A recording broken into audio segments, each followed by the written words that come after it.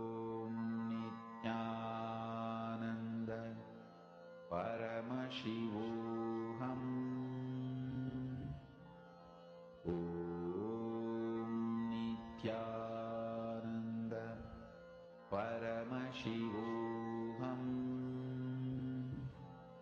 Om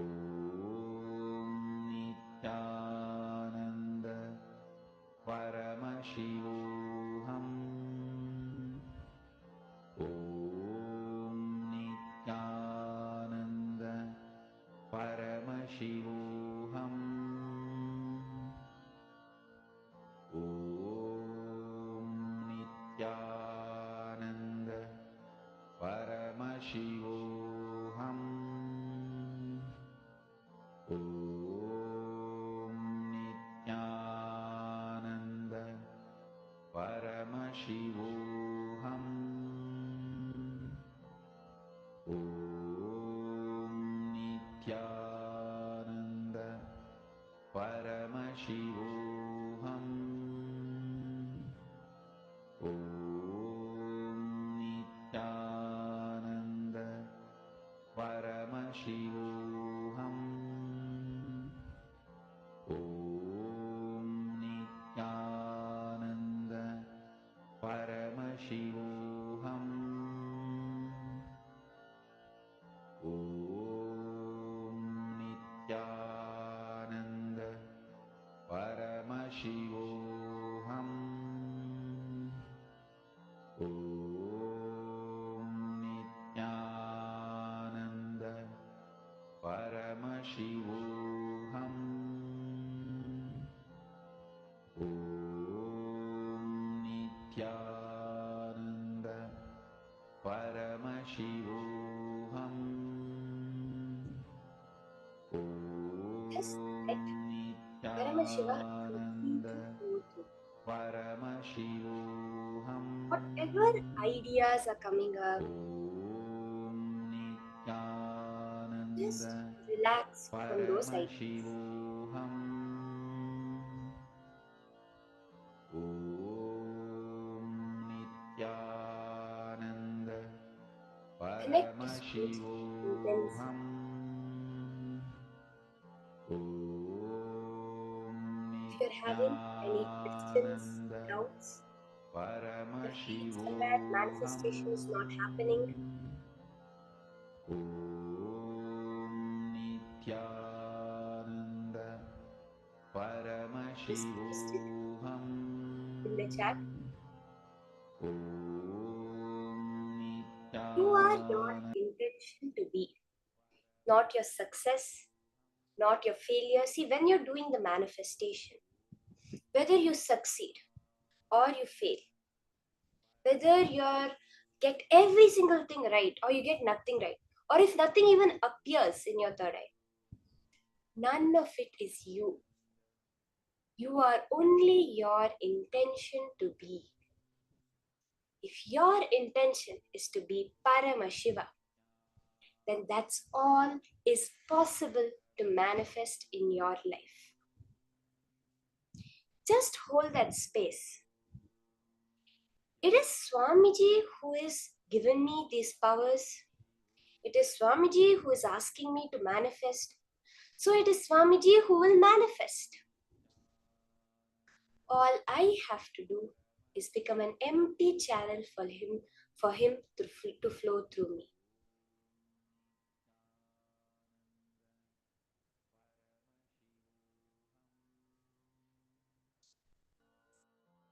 Om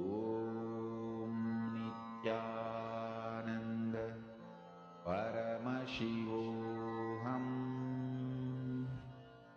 Om Nithyananda Paramashivoham. Om Nithyananda Paramashivoham. Om Nithyananda Paramashivoham. Om Nithyananda Paramashivoham. Om Nithyananda Paramashivoham.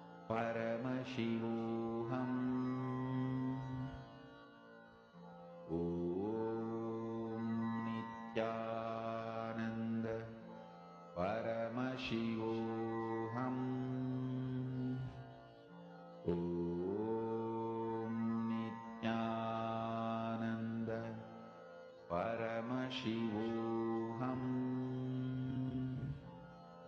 Om Nithyananda Paramashivoham. Om Nithyananda Paramashivoham. Om Nithyananda Paramashivoham. Om Nithyananda Paramashivoham.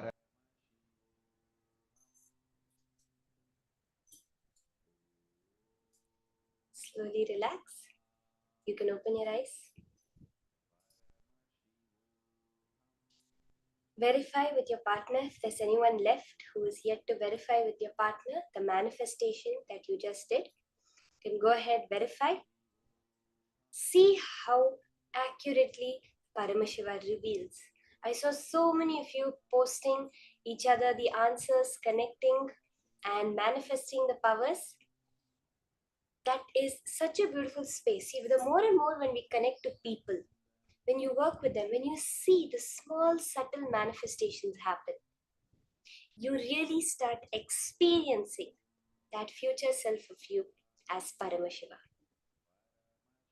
Now, we're going to be entering into a very exciting topic for the next session, which is about the right attitude for prayer. What is this? Very beautifully, Swamiji reveals. To make God high, you don't have to make yourself low. Just because you want to make Paramashiva the ultimate, you don't have to make yourself as the worst sinner. The right attitude for prayer is Sohamasmi, meaning even when I'm worshipping you, I am you. As Swamiji said yesterday, I am talking only to me and you are listening only to you. That is the space of prayer. Then that is when every time you have a bath, it becomes an abhishekam. Every time you eat, it becomes a naivedyam. Every time you put perfume, you're putting perfume for Paramashiva, as Swamiji said. That is the space for prayer. When we do the puja, when we connect to Paramashiva, we are not begging him, we are not demanding from him, we are connecting to our own existence in that parallel universe. Let us now listen to these powerful cognitions from Swamiji on the right attitude for prayer.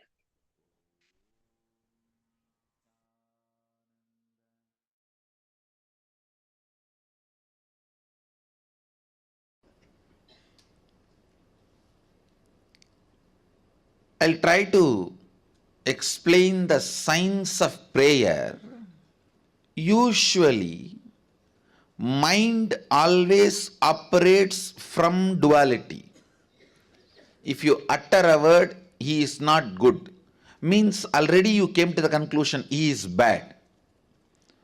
You can't take a stand, he is not good does not mean he is bad.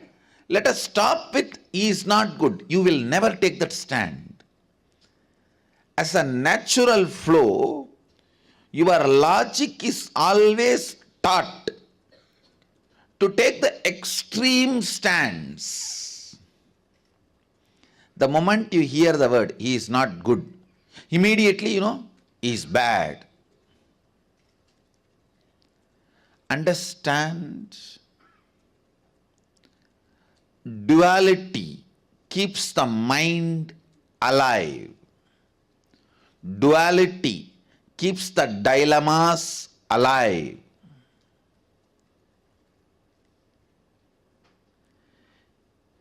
Your mind is so brilliant, it can even use religion to keep itself alive. Please understand. It can even keep religion. It can use even religion to keep itself alive.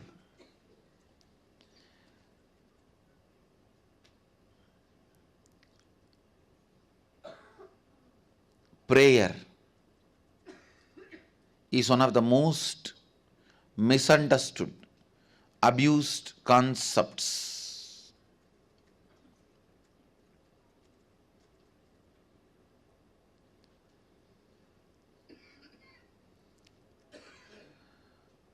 The moment you are asked to pray, the moment you need to put the God in the high pedestal, you always decide to put you in low pedestal.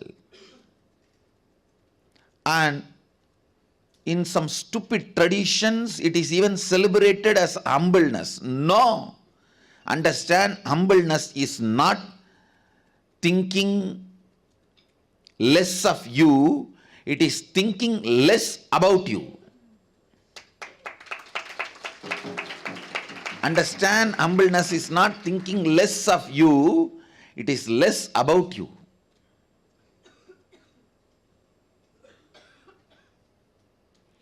Humbleness is not the image you have about yourself. It has nothing to do with the image you have about yourself. It has something to do with how many times you remember yourself. Stupid, one of the most stupid mistake humanity has committed,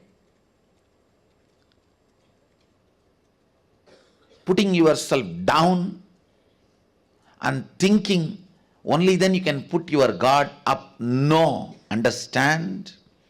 Putting your God up does not really requires putting yourself down. Putting yourself down does not necessarily make you to put your God up. This is one of the very important truth you need to know.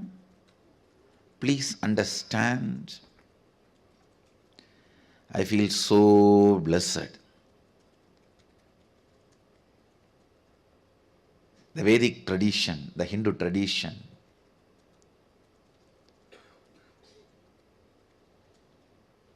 reveals the science of prayer so beautifully. Actually, this verse forms the basis of the celebrativeness of Hindu tradition. This forms the basis of the celebrativeness of the Hindu tradition. Even while you pray, you don't need to put yourself down or have a low self inner image. You don't need to become a sinner to make God saint. God can be saint.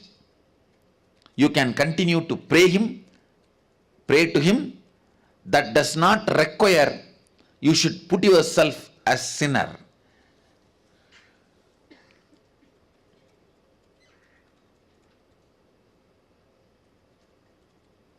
In any form, consciously engaged powerlessness will only lead to bondage, whether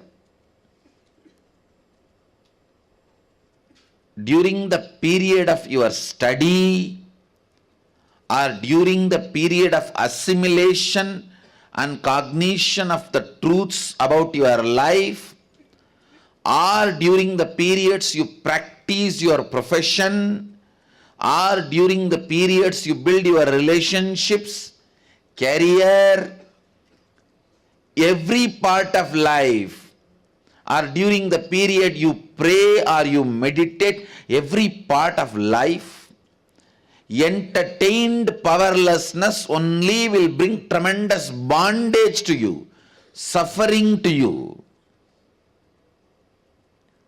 Understand, even in front of God, you don't need to feel powerless to pray to him, to ask him. What a mature tradition.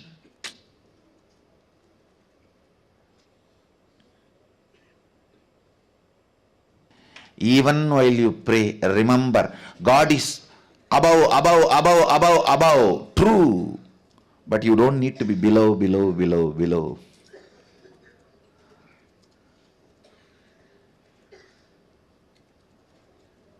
You don't need to be below for the God to be above.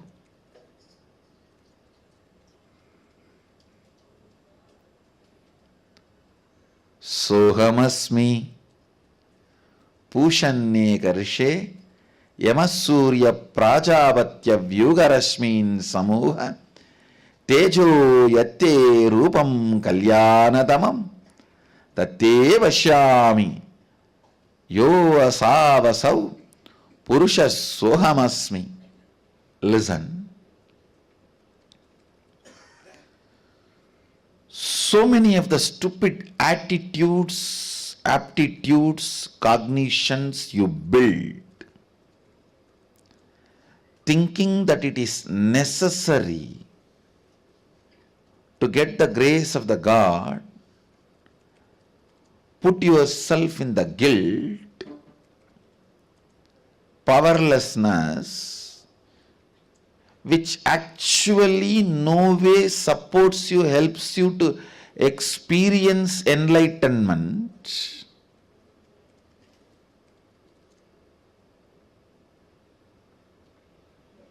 Or the higher consciousness. Remember the right context and bring prayer in your life. Prayer itself will lead to enlightenment.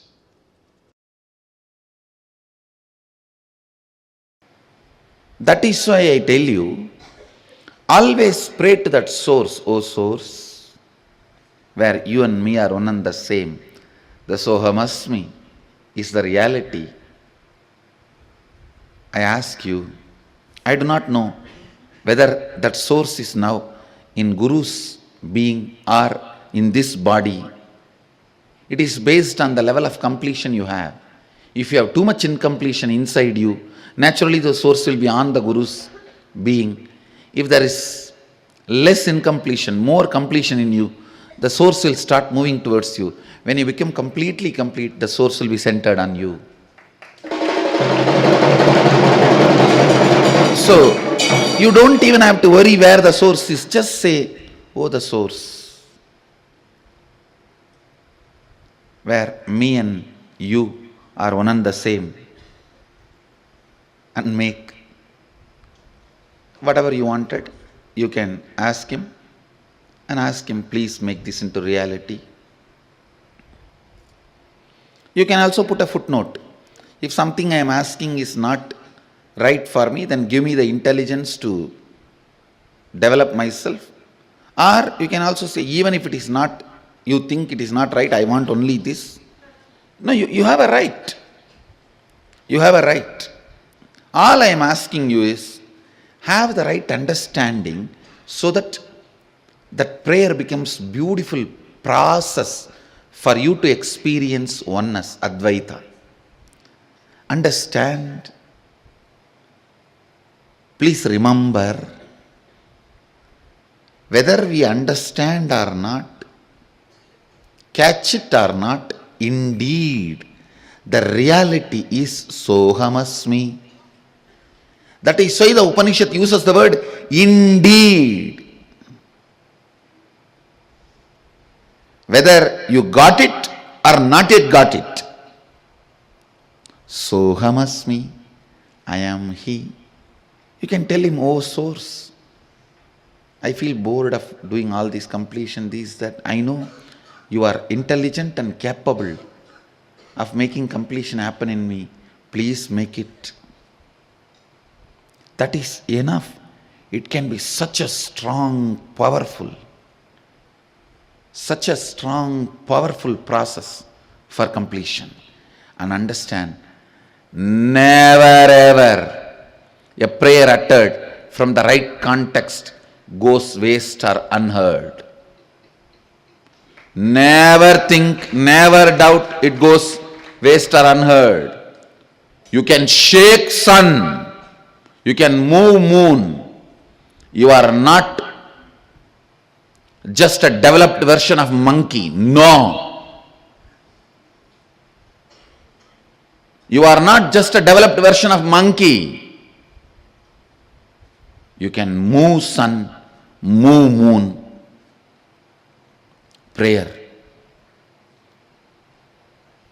from the right context will directly lead you to enlightenment without any of that feeling cheated. If you have wrong context about the prayer only, then you will feel cheated. Oh, I prayed for 10 years for this, he did not give me. When you pray from the right context, he may not have given what you asked, he would have given himself to you. The truth, Sohamasmi, declared by Isavasya Upanishad. Sohamasmi is waiting to explode.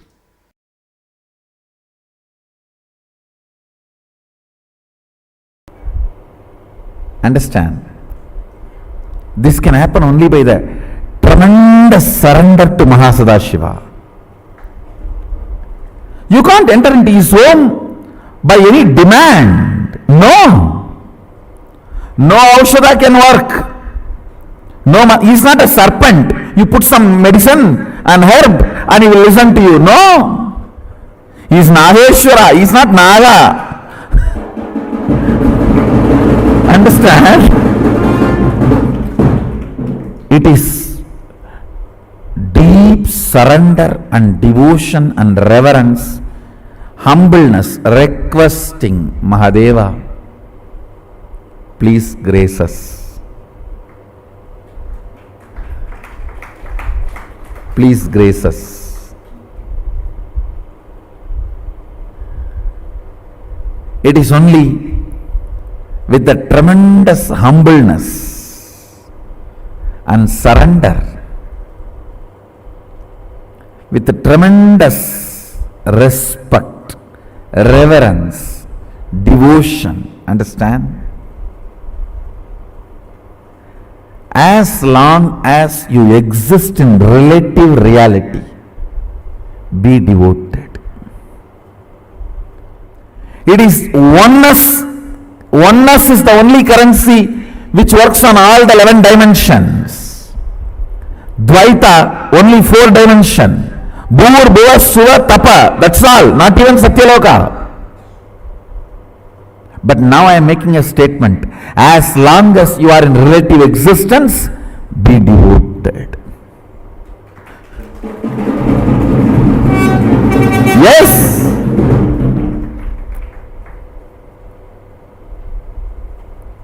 Your third eye should be penetrated with the truth of oneness, Advaita, Shuddhadvaita.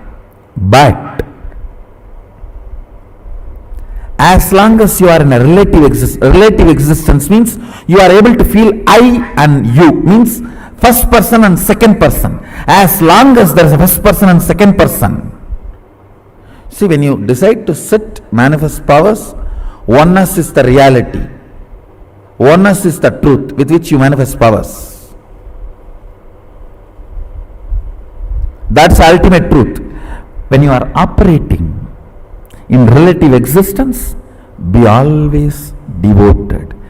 Devoted even to your own oneness. Understand. Understand this word. Upanishad says, Sohamasmi. Even when I pray, I am you. Even when I am you, even when we are one, I pray to you.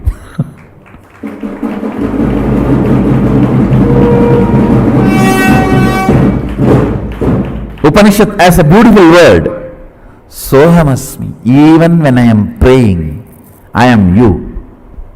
So even when I am you, as long as there is a relative reality, I pray, I am devoted to you. I know you and me are one and the same.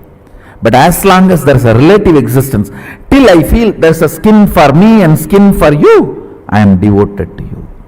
People ask me, when thousands worship you, why do you bow down so much in front of the deities? And understand, this is the secret. When you sit in oneness, you should know very clearly, even when I pray, I am you. When you are operating in relative existence, you should know, even when I am one with you, I am praying. I am devoted to you. In relative existence, always be devoted. In reality, always be one. Understand, duality is not ultimate. I am repeating again. Oneness is the ultimate truth. That does not mean in relative existence you will be arrogant. No. You will be humble. In relative existence, you will be humble. That is why I say, the Advaita I am teaching is Sutta Shivadvaita. In oneness, even when we pray, we are one with you. In relative existence, even when we are one with you, we are devoted to you. Be humble, be devoted even to your own oneness. Sometimes when I go to devotees' houses, I directly go to puja room and do the puja. Some of the devotees will keep my photo also. When I do the arti, I have to show to all. I cannot move the hand. I have to show all only. They ask, what is this, Swamiji? You are showing arti to your own photograph. What can I do? It is the symbol of my oneness. I am devoted to that.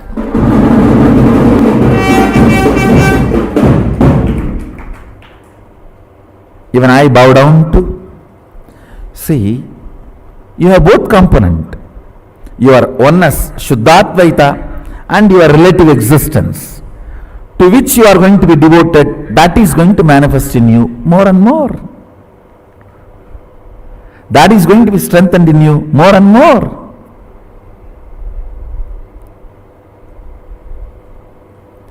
KAILASA is the space of ultimate oneness. Sachidananda, ultimate oneness. Understand? KAILASA is the space of ultimate oneness. And if you hear only the Shabda, you can read your mind. If you hear only the Nada of KAILASA, you can read others' mind. I'll repeat the verse once, read out the translation, then give you the commentary. Agnenaya Supataraye Asman Vishwani Deva Vayunani Vidvan Yuyot Yasmajjuhu Puranamena Bhuyishtam De Nama Bhuktim Videma Agnenaya Subhataraye Asman Vishwani Deva Vayunani Vidvan Yuyot Yasmajjuhuranamena Bhuyishtam Te Nama Bhuktim Videma. I'll read out the exact translation. O Agni, the fire god, knower of all our actions and all that is worth knowing, you must take us along the righteous and auspicious path of completion. Please listen.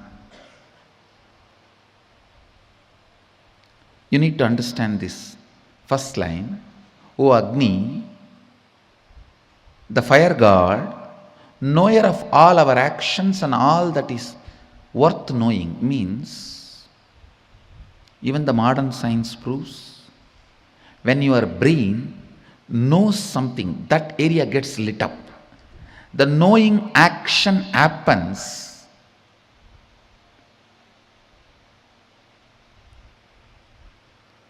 when the fire moves into certain part of the brain. Please understand.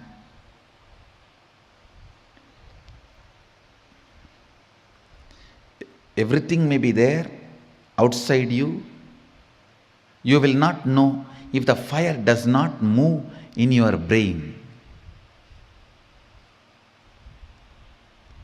If the fire moves in your brain, only then you will know what is happening. So,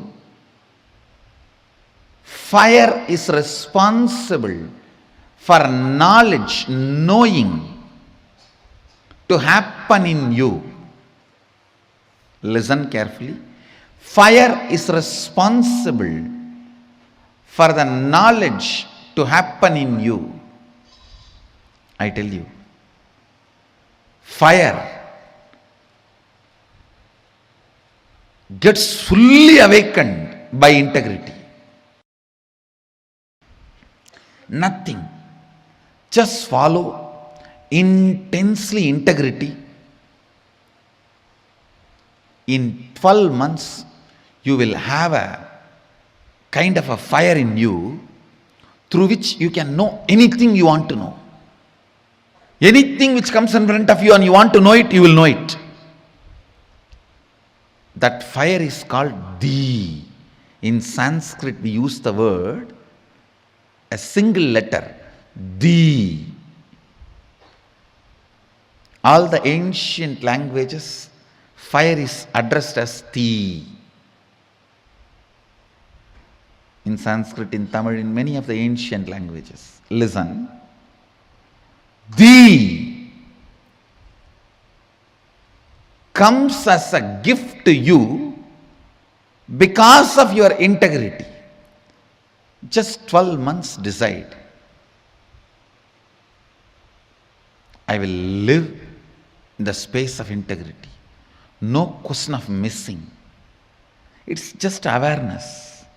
Awareness practice, nothing else. The Di will be awakened in your brain. That Di will give you the intelligence to know everything you want, anything you want.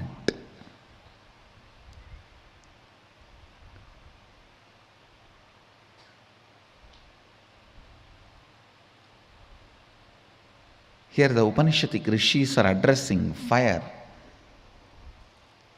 Oh, the fire god, knower of all our actions, means only if the fire happens in different parts of your brain, knowing happens in you.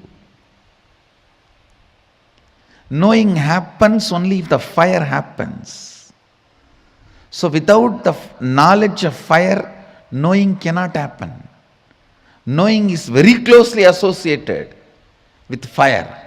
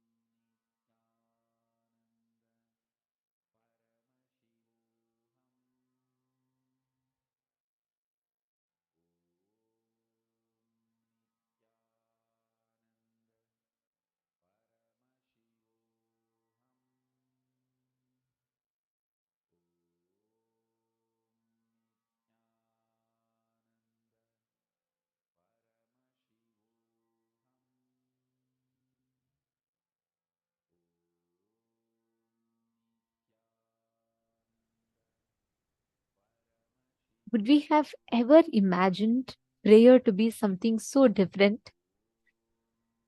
For how many of you from your very young age, you've always been taught, for how many of you, especially if you've had a typical Indian upbringing, you will hear at least 10 times a day your grandmother tell you, hey, finish your food, otherwise God will punish you. Don't lie, God will punish you. And if you talk something, they say, oh, you're talking like as if you're some big God. Isn't it? How many of you have heard these kind of expressions? Unfortunately, connecting with God has become like something God is high up.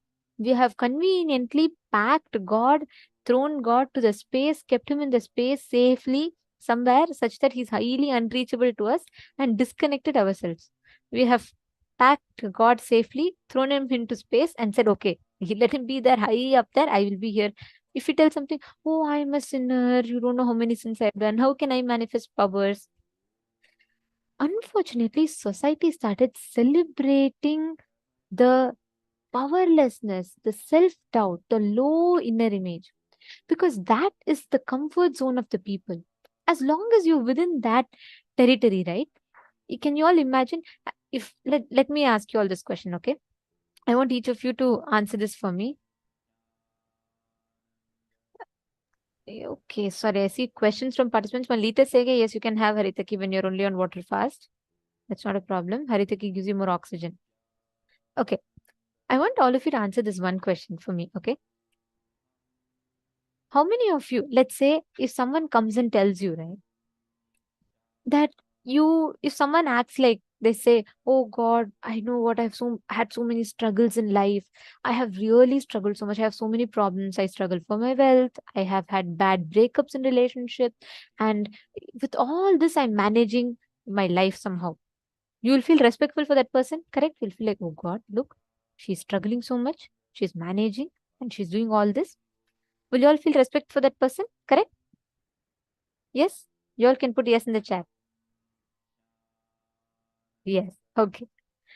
Now, if someone comes and tells you, hey, I am God, what will be your first reaction? Look, he's God, it seems. Can't handle his spouse properly. He wants to handle the whole world, it seems. Is it not? Won't we all make fun of that person like that? Unfortunately, society has become so okay. As long as you are put in the box of your limited identity, we are revered, celebrated, respected for who we are. That's what Swamiji calls as pseudo dignity. Since the whole society is structured around the pseudo dignity, what happens? Always your low inner image is cherished, nourished, nurtured. Anything that demands your expansion in you, you're made to look as if it is something weird, you're out of the society, you're not normal, it's all like off-grid lifestyle. And so many notions are put around it because of which people are afraid to even tell that. Like, for example, have you seen small kids? They'll say, hey, I want to be Superman. I want to be Spider-Man. I want to be able to jump from one building to another. The kids, they have no limitations. According to them, they have no prejudice. They have no notions around all this. But as you grow up, imagine you being in 10th standard and if you go in front of your friends and tell, hey, I want to be Superman. I want to be able to fly like him. People will laugh at you, right? Exactly. My Diana has posted, it's an whole egomaniac. It is because society makes us believe that you are limited within those identities. In that identity, what is the maximum you can have? They celebrate. But beyond that, you go out of that zone, then you're called off grid. You're called like, okay, you've gone crazy. That is why Hinduism has this amazing truth. There is no concept that you are a sinner. For God to be a saint, you do not need to be a sinner. For you to be putting God high, you do not need to put yourself down. Prayer is not powerlessness. Prayer is not for you to declare, going and telling that, oh, I am like this, I am the worst sinner, I am this, I am that, to the God. That is not called prayer. We all somewhere have got this wrong thought current. What was your idea of prayer till you heard this session? Can I request each of you to put, how did you think when someone says pray to God? What was your concept of prayer? How did you experience, how did you understand prayer? Please take a few minutes and post in the chat.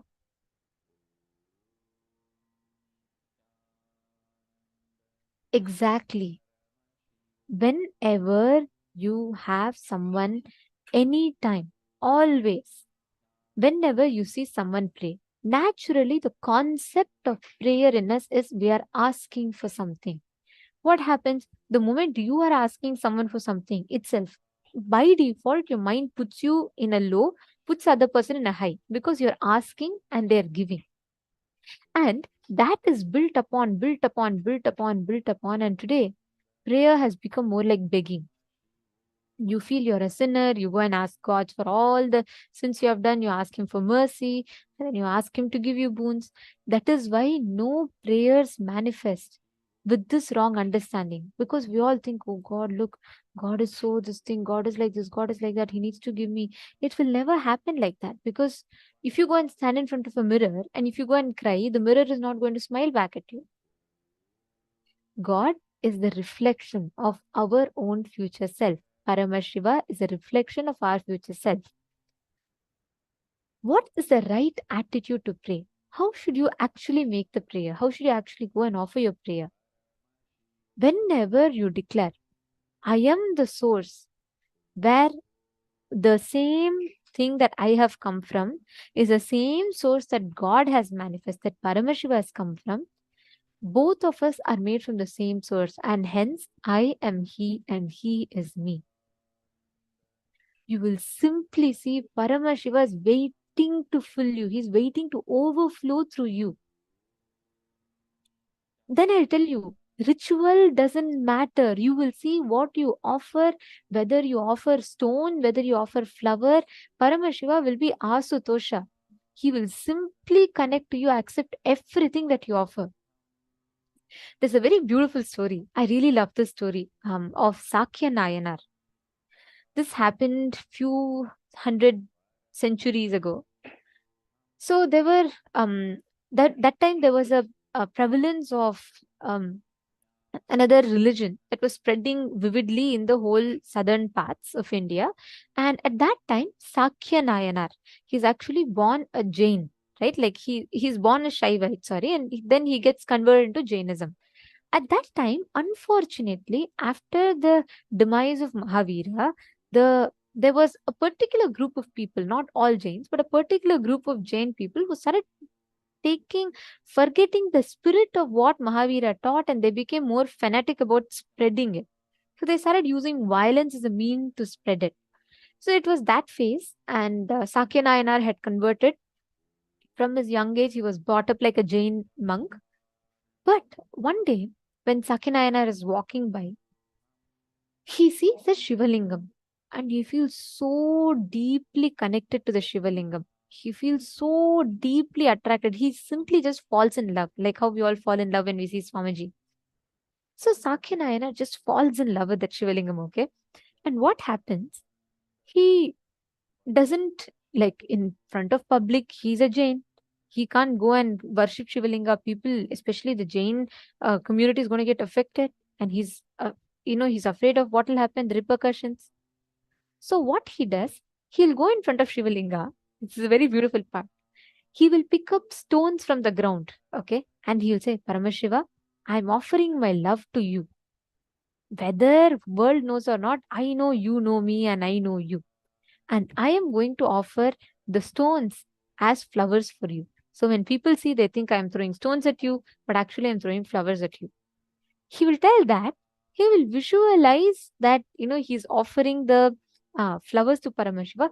Every day he will go to the Shivalingam, he will take the stone and throw at the Shivalingam left, right, and center. So if someone asks him, then he'll say, look, I am a Jain, I'm throwing stones at Shivalingam, because he unfortunately got into that, the group which was spreading through violence. So that's why they were entertaining all of this. And other Shaivites, everyone got offended. They were like, how can Sakyanayana, how can he do it? Like, how can he come and throw stones at Shivalinga? the attitude from which he threw, the space from which he threw, every stone that he throws, all the village priests and other Shiva devotees come and fall at Shiva Lingam. They cry. They say, "Oh God, every day you are being abused. This man is throwing stones at you. Paramashiva, please, you give all that pain to us." They all are affected naturally. Then, just to show the greatness of Sakya Nayanar, one day Paramashiva plays a beautiful Leela. Paramashiva makes all the villagers, everyone come. And he makes everyone hide in different places, and he tells everyone to secretly watch Sakya Nayanar. When Sakya Nayanar comes, he picks up the stone and he again throws at Shivalinga. Every stone converts into a flower and falls at Shivalinga. Paramashiva himself is sitting there, and all the stone goes near Paramashiva, becomes flowers and falls at Paramashiva's feet. Through that, Paramashiva gives Kailasa Padavi to Sakya Nayanar. This is prayer. In Hinduism, there is no definition. You don't need to become a sinner. You don't need to tell, "Oh God, I'm born a sinner. Everything, whatever I'm doing is filled with sins." You can never do like that. Understand, you're descendant of consciousness. Shrinvantu Vishwe Amritasya Putraha is the first declaration of Hinduism.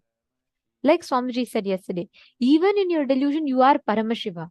So there is no point where you cannot be Paramashiva. There is no point where nothing you do makes you not Paramashiva.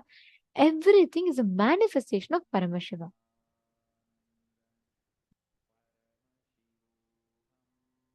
That's true. Pavanaya, you have put society is the place where collective insanity becomes new sanity. That's true. I totally agree with that. Okay, so there's a question from Akashaya. How do we make a declaration effectively? What is the inner process to do so? Just to make sure that I am not talking to myself like I do all day. Very good question. It's very important that we understand it. So I'll tell this to you. Every time, if you see inside you, there is not one person, there is one whole family living. In your inner space, you have the good version, your hero version of you. You have the comedian version of you. And don't forget, you also have the villain version of you who's always waiting to conspire. If you have watched Indian soaps, Indian serials, okay, in all Indian serials, you'll see this cliche character. All the time, that character, she'll be wearing a big bindi, some villainous music will come every time she comes. It's like cliche thing. Generations after generations, the whole society watches that same. You go to North India, South India, East India, West India, there'll be language difference, there'll be all differences, religion difference, everything will be different. But old auntie sitting in front of TV and watching serial alone will not change. That too, same type of serial in all languages. There'll be this one villainous character who will conspire. That's all they will do. Unfortunately, that's how our inner space is. There's one part that constantly conspires, one part that constantly puts you down, one part that lifts you up. There are so many different fragments inside us.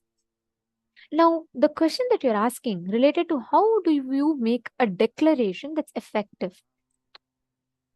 The concept here, the whole science here rather, is it's not about the words you utter alone, but it is about what space you utter them from. The conflict inside you. We all do not have, most of the times, why do we fail in our decisions? Let's say you're making a declaration. Tomorrow onwards, I'll start yoga. Okay. Now what happens? Where is the exact reason we miss? For each of us, it might be different reasons. But for every one of us, one thing that is common is all those reasons happen inside. There's no external reason. Let's say, Akashaya, I'm just giving you as an example since you asked this question. Let's say you set an alarm, you decide tomorrow I'm going to wake up. When you decide, and morning when the alarm rings, inside you, there is a part of you which cherishes sleeping, likes to roll on the bed. It will tell you, hey, you know what? Anyways, all these days, all these years, you've been waking up late only. One more day, if you wake up late, nothing wrong. Sleep it so nicely. AC is coming, blanket is cozy. Just some more time, stretch nicely, sleep. That conflict, that thought current in you, conversation in you that distracts you from manifesting that reality is precisely the blind spot that stops you from making a declaration effective. You're understanding? So every time we make a declaration, let's say you want to declare, I want to manifest Sarvignya Pita. The process here is, Swamiji tells to address all the inner conflicts. Your self-doubt will come, self-hatred will come, self-denial will come. Each one will come and try to pull you down. The only thing you need to do is address all of those, complete with it. So the moment your whole inner space tells yes for something, you will immediately manifest it. It's a science. Try this, okay? You will really see the moment you make a declaration, it will simply manifest as reality. Okay, there's one more question from Hugo Aya. Ma, I have a question. Are we allowed to eat eggs with a de facto spiritual name? Satyojata Shivam, Vamadeva Shivam, etc. No. If you have received Shiva Diksha, you should not eat egg. And de facto spiritual name, that's nice. That's not called de facto, it's the Diksha name. Spiritual name is what Swamiji gives, and this is the Diksha name. Okay, and X, you should see, Hugo, if it's Danielaya or Hugo, for both of you, this is for you. Since it's you who's asking the question, I'm giving this answer to you. Oh, I see Hugo. Nithyanandam, nice to see you, Hugo. Just so that all of you know, Hugo is one of the youngest participants of Paramashivoham who attends seasons after seasons. He's been here growing so well. Okay, so Hugo, I'm going to answer your question. Listen, you don't eat non-veg. It's good for you. Because the muscle memory of the animals that you eat will enter into your system. It will start creating conflicting thought currents in you. Okay, so when you kill a hen, when you kill a hen for you to eat, the hen is not going to say, oh, Hugo, be happy, let all my nutrients come to you after you kill and eat me. No, it is going to suffer, right?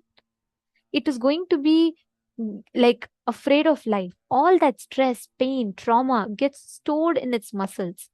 So when we eat it, our biomemory starts having these conflicts inside, stress and unknown reasons of worry, fear, everything. So don't have non-veg, Hugo. Even egg consists life energy. It's a potent life energy. So you should not have it, okay? So whether you have a de facto spiritual name or you don't have a de facto spiritual name, you should not eat eggs. This is for you. Okay? You manifest powers, you are attending e-Gurukul, you are growing like a Balasant of Swamijis. You're going to be joining Gurukul also soon. So you're not going to be eating eggs. Okay? All right. Yes. Any other questions anyone has? You all can post in the chat. But all of you understood this, right? Just declare again and again and again. You are Paramashiva.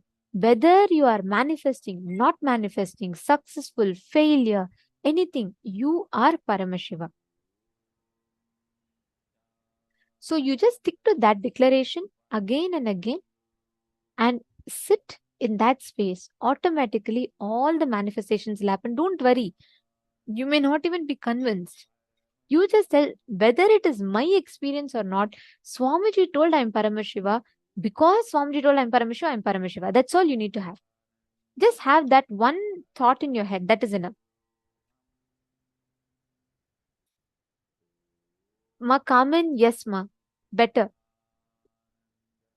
When you have, do not consume meat. You're saying accidentally after Diksha, if you got meat, should you consume it? No. Even if you have it after Diksha, you should not consume. So you can better discard it or you can do something else with it, but do not consume meat. See, once you know something is a poison, just because you purchase it, you can't eat it. So meat is extremely harmful for the system. So don't have it, okay? It's of course a suggestion. The decision is entirely up to you. Ma Hongli Wong saying, Ma, can I take neem leaf powder instead of neem juice morning since I can't find neem seed? Yes, you can boil the neem leaf powder in hot water and you can have it. Ma Mohini Lata, it was Interstellar movie from 2014. Xianging Zhao, that's because you're asking why we can't eat eggs. Can't eat meat, I can understand, but why no eggs? Understand, egg is a possibility of life. Life happens. The potent life energy is in the egg, which means you are denying the possibility of the life happening by you eating it. The karma of that is equivalent to a murder. Swamiji tells you destroying something before it is happening. You killing a hen is counted as a murder in the cosmos. You killing a egg is counted as the same degree in the cosmos, because both times you are destroying life's possibility.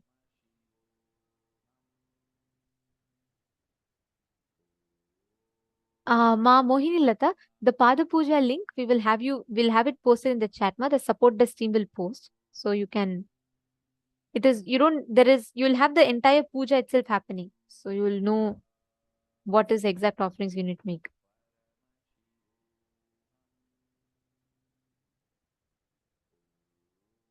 Okay. That answer was for Hugo. Now I see many of you are having questions relating to veg and non-veg. We will be having elaborate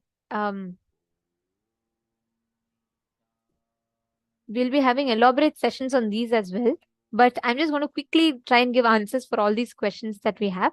So you're asking about milk. See, ma'am, the milk is not restricted in agamas. You can have milk. Milk is allowed in agamas. But the thing is, currently, the milk that we are all consuming, most of the times these cows are tortured. The way the milk is gotten out of the cow, because it has become more like a factory. The cows are treated like some milk producing machines. So even the calf is not given the right to have milk. Even before the calf can have enough milk, the calf is taken away from the mother and the milk is taken out as much as possible, and after that the cow is sent to slaughterhouse. Without any of this, when the milk is brought up in our goshalas, in in Hindu system, cow is revered as Gomata, mother, Devi. So that time we do not affect the cow. We bring the cow with lot of love. First right, Swamiji tells the first right to milk should always be given to the calf. Only then the cow will give maximum nutritious milk, because she will be so happy with the people taking care of her and she'll give the milk. That milk should be consumed. So milk in itself is not restricted. It will just be the milk itself is not restricted in Hinduism. The one that are non-violence based, you can have it. Okay. Jessica Martin, that is Swamiji. You see, he's making all of us set up a goshala, set up a temple, everything, create a Hindu ecosystem around us for us to live this life. Beautiful.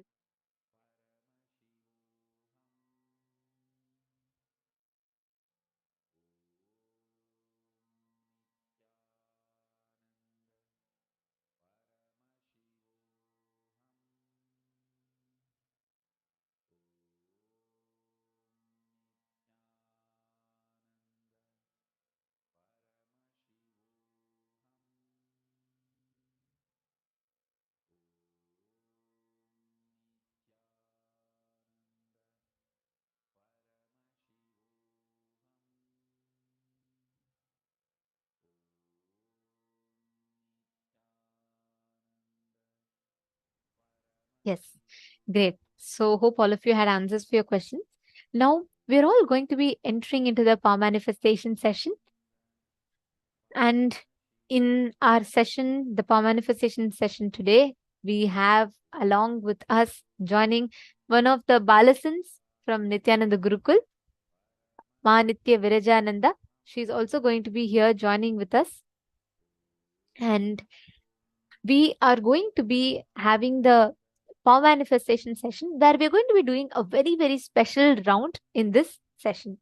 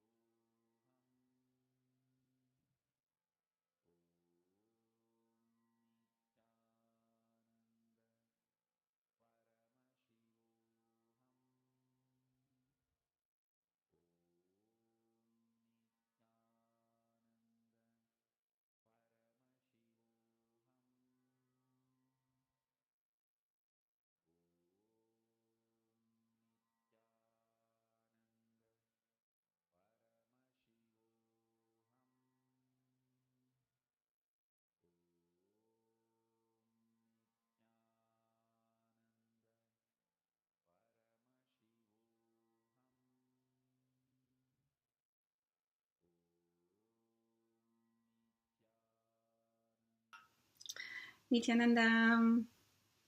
Hi, my name is Ma Claire. I am from Calgary, Alberta, Canada. I've been with Swamiji since 2011 as his disciple, and I am a corporate trainer and mindset facilitator. I have a YouTube channel called Causing Claire, where I post a lot about how to manifest money through Swamiji's techniques. And one of the ways we'll be talking about today is through Prataksha Puja. So if you don't know what this word means, or if this word is new to you, not to worry. I was once in the same spot. It's a devotional offering to the Guru. It's our gratitude that we offer. And if you don't know how to do it, not to worry as well. You can still offer it. You can do the best that you can, and there's also a lot of us available to help you if you need some instructions with that. So one of the stories that I wanted to share about when I offered Prataksha Puja to Swamiji, we actually, I had, as always, had some money available that I had to decide, okay, what do I want to do with this money, right? Do I put it towards like bills, groceries, other things, or do I make the investment in myself? So as always, I have to make the investment in myself, and I offered it to Swamiji because I know that he is me. So when I'm offering him something, I'm just basically handing the money to me and getting it back to me. That's what happens, okay? So in this particular case, again, it's not like I had a whole bunch of money sitting around, but I offered Prataksha Puja, and then it's usually for me within like 24 to 48 hours that something happens. And this time we actually had, back in the day, my husband and I, David, before we had our son Ashton, we had golf memberships. So again, think about all the things that you actually spend money on, right? Golf memberships, maybe you go to the spa, maybe you invest in your home in some way, even just buying groceries, paying bills, buying clothes, all those things are investments that you're spending your money on, right? So in this case, we had a golf membership and we bought into the membership. We had to buy shares. And then it ended up that our life changed a bit and we no longer needed the membership. So that was like 10 years ago. And we were just on this very long list of people that they'll eventually pay out when they get to it for people that didn't want to be in the membership anymore. So, of course, we offer Prataksha Puja, and within a day, I had this email come from the golf course saying that it had been sold to a private company and they had to buy out everybody's shares. So I ended up getting like 300 times the amount that I actually offered for Prataksha Puja, okay? So it's just, it happens in the most auspicious way for you. So when you offer puja, it's not about, okay, I'm going to offer this and see what I get out of it. It's sincere gratitude for yourself, for life, and for Swamiji for being with us. So like I said, I'm just a regular person, just like everybody else. And the second I'm able to offer some money, I do, because I donate to a lot of charities. And if I think about the charity that means the most and that helps the most of humanity, it's this organization, it's KAILASA, that we've created into this international community of people that just want to live an enlightened life and share that with others. And there's no pressure and there's no, forcing. This isn't about anything other than you doing the internal work on you, right? And the investment that you're willing to make to have those big breakthroughs. And a lot of times, bliss happens on the other side of fear. So anything that you're afraid of, and a lot of people are afraid of money actually, and afraid of spending money. So on the other side of fear is bliss. So you'll often find that when you give, especially if you're afraid to give, right? Because you don't know what's going to happen. You don't know if you're going to be able to pay for something. The bliss on the other side of it, it can only be experienced. So I don't expect you to take my word for it. Why would you? You have to try it yourself and gather your own data, right? Proof is in the pudding, they like to say. So the only way to really see what this experience is like and how much offering to the universe gives back to your life can only be done through experientially doing it yourself. So blessings to all of you that want to offer Prataksha Puja, and you'll just see that the most auspicious things happen in your life. And whatever you give out, that's what life gives back. So blessings, Nithyananda. Until next time. Thanks.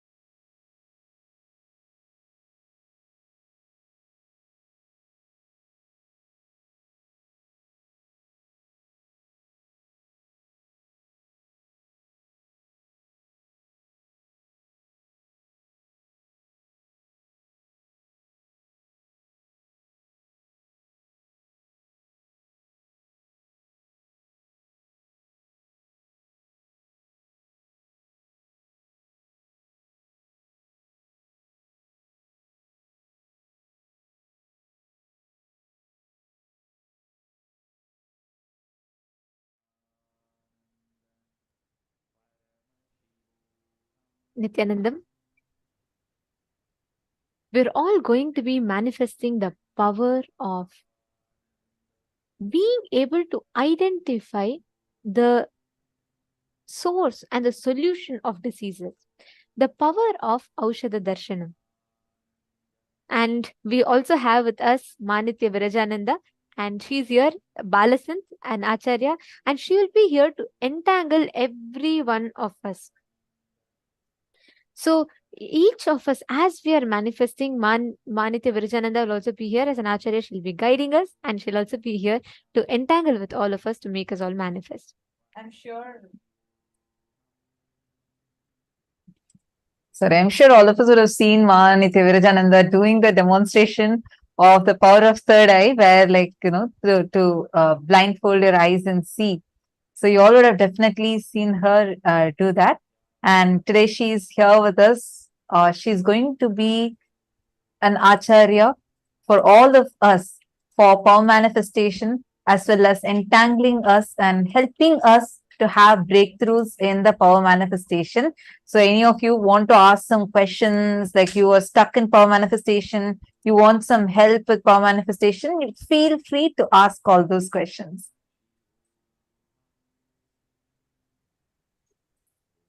Yes. So, Nithyanandam, I'm Manitya Virajananda, and I'm excited to see all of you over here attending this program. And yeah, so today I also will be hosting with Nithyananda and Mata Prapriya on this power manifestation segment. Thank you.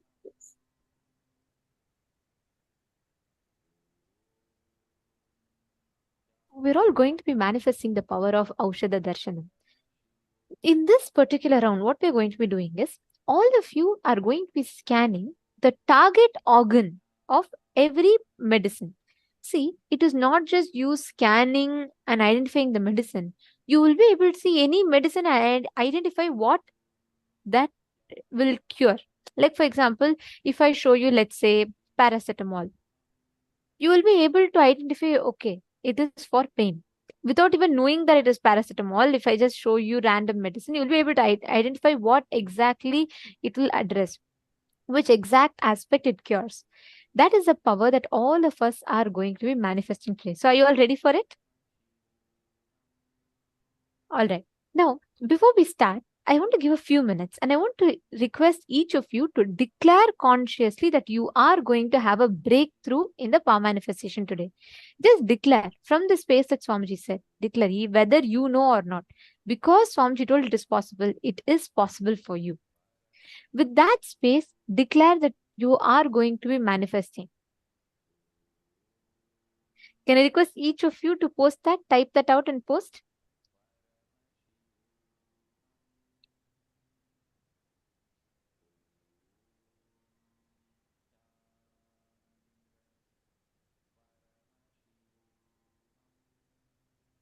Yes.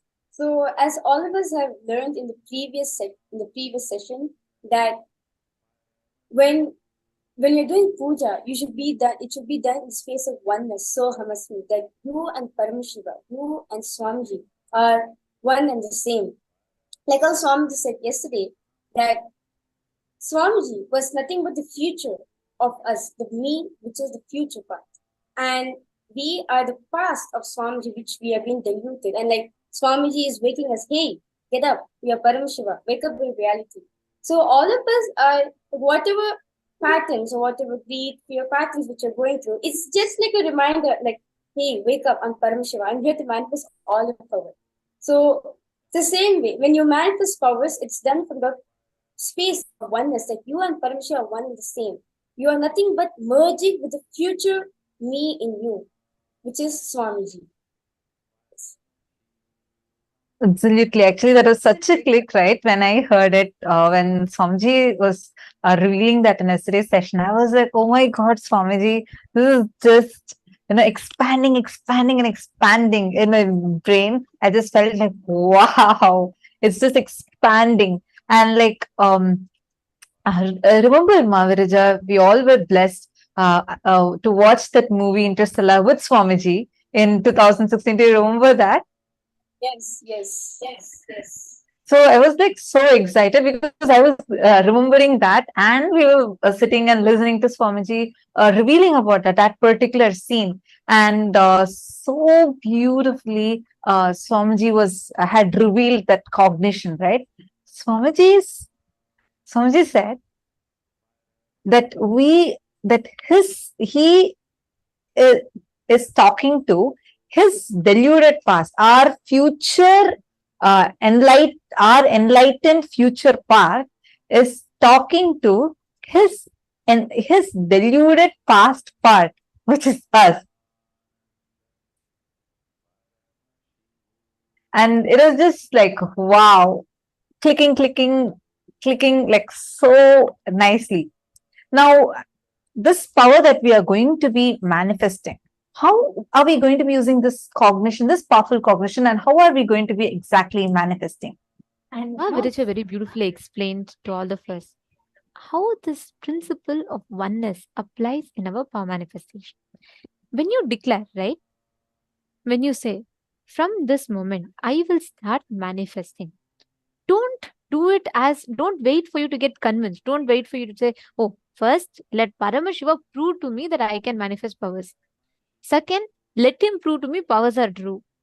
Third, let him make sure till I become confident, let him keep proving to me. Paramashiva does not need to prove anything to you. You just need to declare inside of you, whether I understand or not. Swamiji said, this is true. That means this is true. Declare that as your experience. Automatically, you will see the results in front of you will start manifesting that way. Now, we'll enter into the first round, okay? We're going to be projecting the question for all of you. And what you're all going to be doing is, I'm going to be projecting a random medicine. It could be a medicinal plant. It could be anything. What you're going to be doing is, you're going to be identifying what is the target organ for that medicine. Which means, you're not going to be putting a huge list, but which precise part of the body does this mainly address? Because if you see in Ayurveda, typically all medicines are good for many diseases. So you're going to be scanning the main primary reason it is predominantly used for. All right? Understood?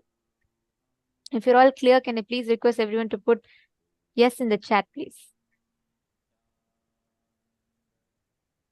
Okay, so I'm now going to be projecting the first picture for all of you. Please scan through your third eye. Connect to Swamiji. You will be able to clearly see the exact target organ of where this medicine works. See that, connect to that, and start manifesting.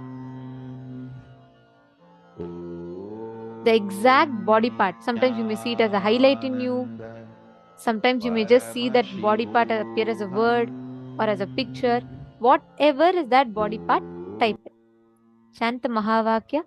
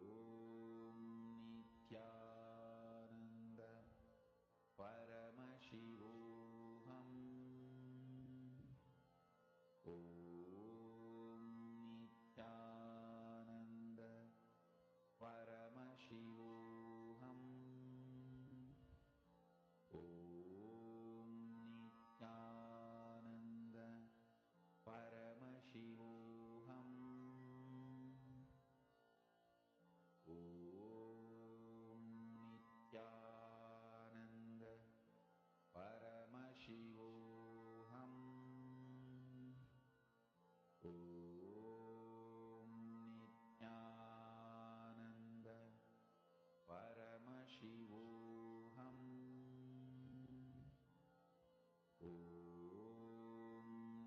Nithyananda Paramashivoham.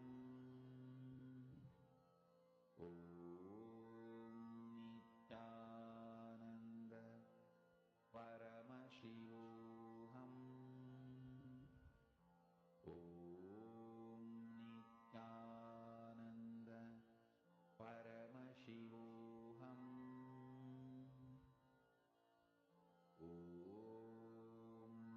Nithyananda Paramashivoham.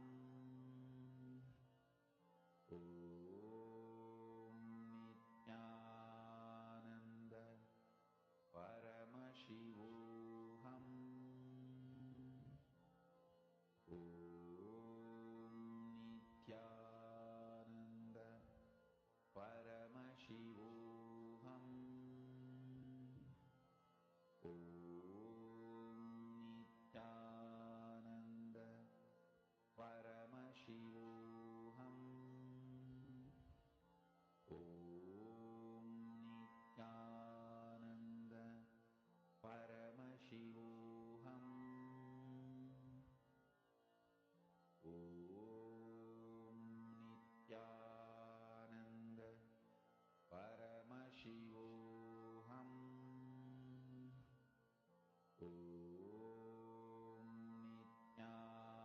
Nithyananda Paramashivoham. Om Nithyananda Paramashivoham. Om Nithyananda Paramashivoham. Om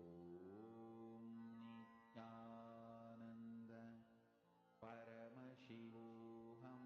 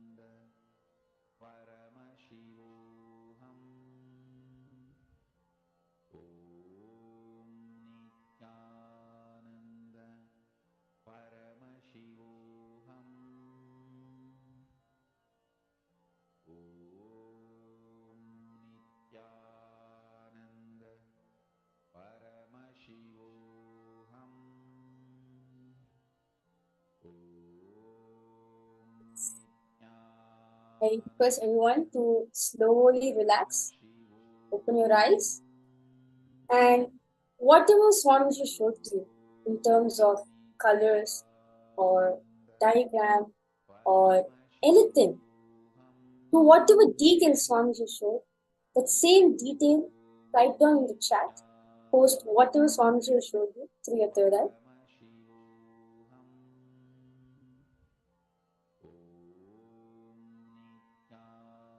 Then everything that Swamiji reveals to you in your third eye, don't filter it out. Put whatever you see. It could be you're seeing shapes, like Maharaj said. Whatever comes in your third eye, go ahead and describe it. It is just one target organ. What exact part of the body does that medicine address to?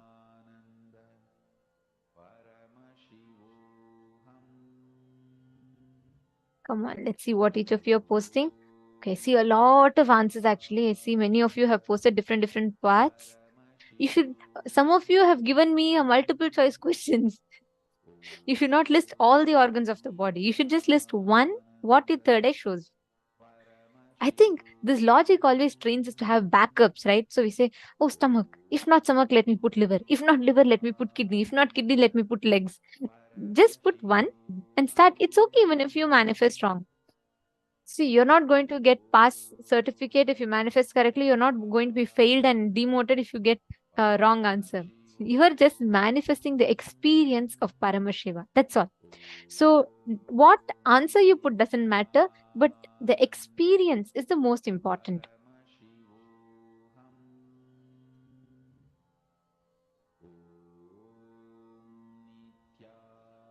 All right.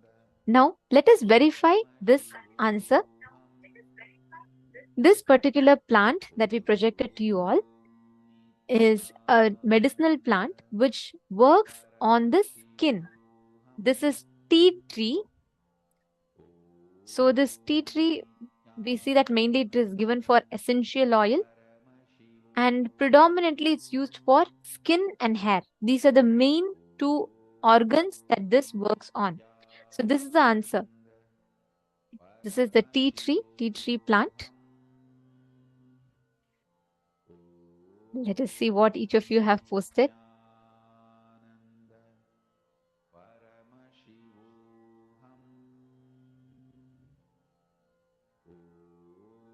Ma Jayanti Kanagaratnam, your answer is correct. You have manifested, Ma. And okay, now see, you should always post it before we project the answer. That's the way we can verify it properly. So I always request all of you to please post it right before the answer, right before we project the answer to all of you. Okay, shall we all do one more round? All of you just sit now and connect to Swamiji. We are going to do it as fast rounds. Just connect to Swamiji and let Swamiji reveal to you. Sometimes you'll actually feel the organ. Sometimes it'll appear in your third eye. Whatever is coming to you, just type it. Okay? Do not type a lot. Just be fast. It can be any organ. So whatever is coming to you in your third eye, just post it. Swamiji will actually show to you. First time Swamiji initiated us this like early morning in Brahma Muhurta time only in courtyard. And I remember as Swamiji called all the Gurukul kids, we were all in yoga, and suddenly Swamiji called us, and Swamiji said that you remember, I see Maviraja nodding, yes, it's full excitement. Do you remember Maviraja? It was actually like early in the morning, Brahma Muhurta time, and then Swamiji had called us to the courtyard. Swamiji initiated us to this power, and like just Swamiji did the initiation and said, "Come on, now all you guys." We didn't have any like practice time, nothing like that. Swamiji directly called the Nithyananda Yogam participants who were there and said, "Now my kids will start doing. All of you test them."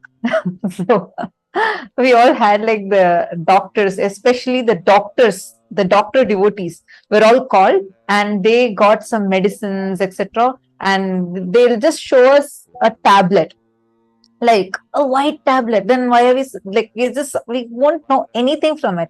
You're supposed to keep it in your hand and or see it, and then we'll be able to just exactly see what are the ingredients that are there in it. What is the medicine used for? Everything. So that is the power, same power now all of us are going to be manifesting. Sit with you. Just remember the powerful cognitions Swamiji revealed to us yesterday. And sit with that, and whatever Swamiji reveals to you in your third eye, you should start writing it. From as your parallel universe energy triggers, Swamiji is going to be revealing the answers to you. It is your own future self revealing to the deluded past part of you. So it is your own future self. Meaning, when Swamiji is saying that he is our future self, means what? You can't have self-doubt anymore, because it's rest assured that he is your future. Means you are going to realize your Paramashiva. Even when we are deluded, we are Paramashiva. You don't need to even realize it. That's the thing right now. You don't even need to tell yourself, oh my God, I had to realize it. Let me sit and contemplate that Pramarakita Nyaya, they say. Like how a bee sits and keeps on with this humming. It can transform a worm into a bee. It's called as Pramarakita Nyaya in Hinduism. But you don't need that Pramarakita Nyaya. It is like just, Swamiji has transmitted it already. He has clearly told us like how that in that movie Interstellar, in that climax scene, how Cooper, the future Cooper is giving the message to the past Cooper. Same way, the future part of us, future enlightened part of us, is giving the message to the past deluded part of us.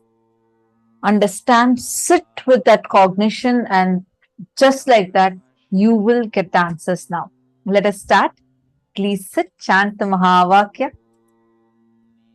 Request Swamiji to reveal what exactly is the target organ here. Nithyananda Paramashivoham.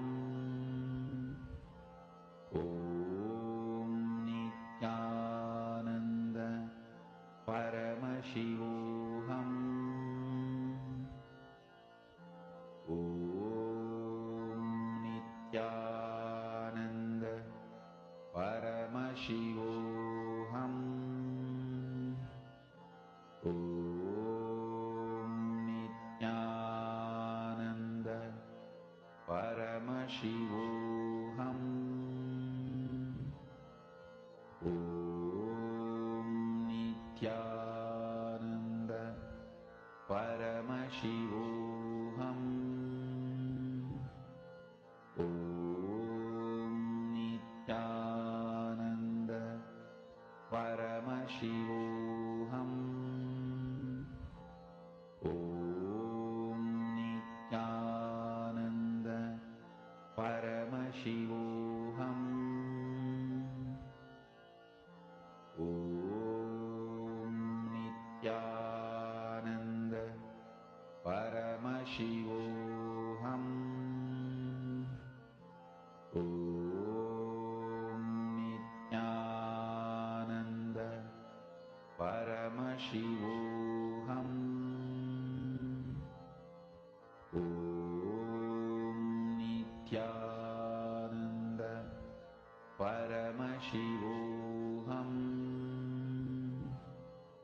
Om Nithyananda Paramashivoham. Om Nithyananda Paramashivoham. Om Nithyananda Paramashivoham. Om Nithyananda Paramashivoham.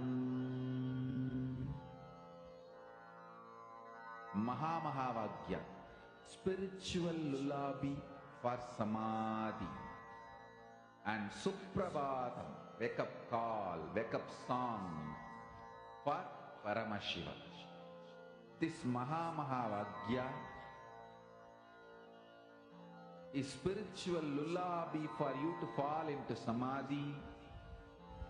Suprabhatam, wake up song for Paramashiva to wake up in you. Just remember this one powerful cognition. This Mahavagya puts me in Samadhi. This is spiritual lullaby for Samadhi. And Suprabhatam, wake up song for Paramashiva in me. For Paramashiva to manifest. With this one spiritual powerful cognition, chant this Mahavagya.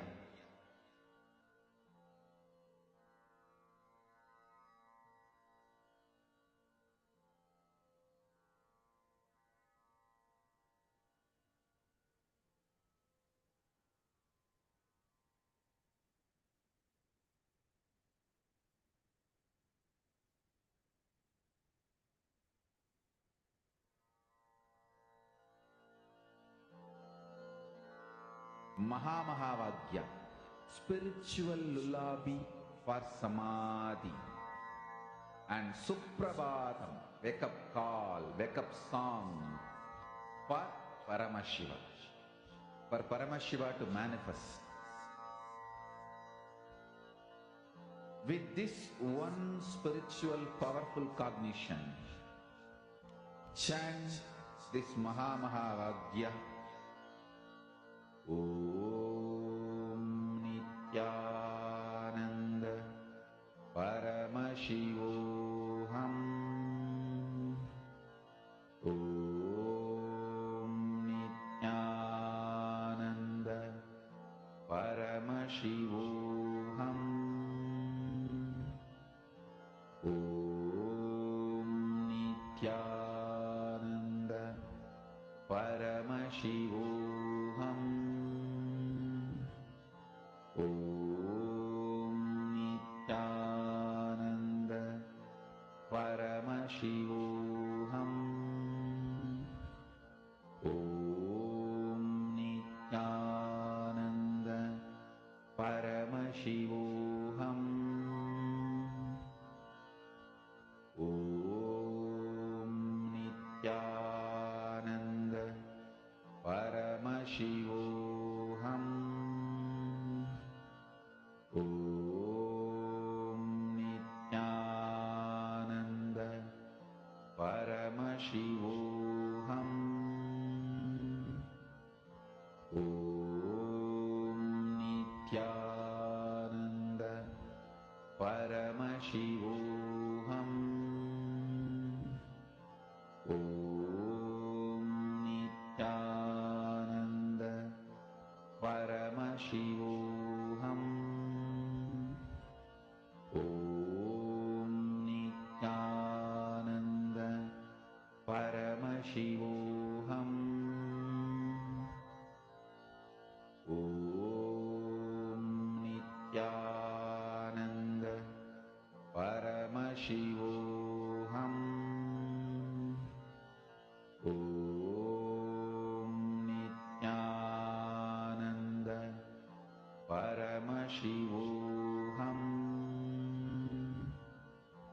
Om Nithyananda Paramashivoham.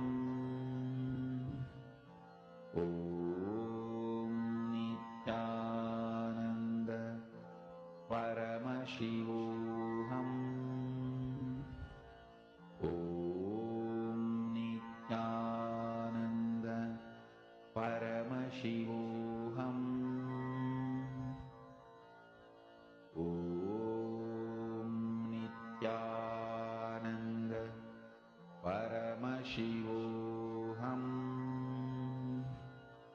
Om Nithyananda Paramashivoham. Om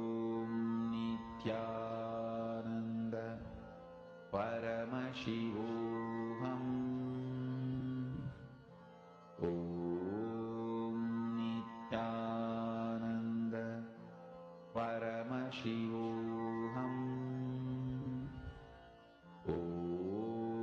Nithyananda Paramashivoham.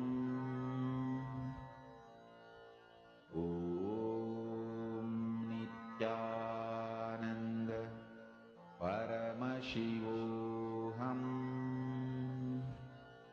Om Nithyananda. I request all of you to please post whatever you saw in the third eye as the target organ of this particular plant. You all can post it in the chat. Whatever you saw as the answer. Okay, I see many of you have posted different parts. All right. So let's see what exact organ does this herb mainly work on. So this is bergamot, which works on the circulatory system. Wow, that's interesting. I actually see Pei Hua Wu, who has put cardiovascular. Ma Pei Hua Wu's put blood flow. Excellent. That's precise, Ma. That's spot on. Wow. Ma Pei Hua Wu, that's excellent. Wonderful. Do you see, the moment you drop logic, actually all of you should know, Ma Pei Hua Wu has only put one word. She's not put too many things. She's put one word and that is spot on. This is like 100% manifestation. Ma. It's beautiful. And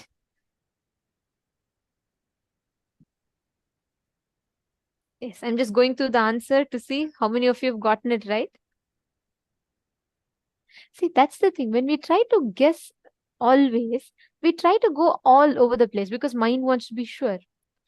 When you put the first thing the third eye tells you. Paramasundara Yogi. Sorry. Paramasundara Yogi, you got it right. See, you got it very close, I would say, because you said you saw something related to heart beating, which is very close. It's the part of the whole circulatory system. So that's nice. What I would say is start chanting Mahavakya. Try differentiating all the different doubts and everything that comes in, and you will start seeing how the power manifestation actually starts manifesting. Beautiful. All right. So this brings us all to the conclusion of this power manifestation, and we will be manifesting further in the further rounds of this program.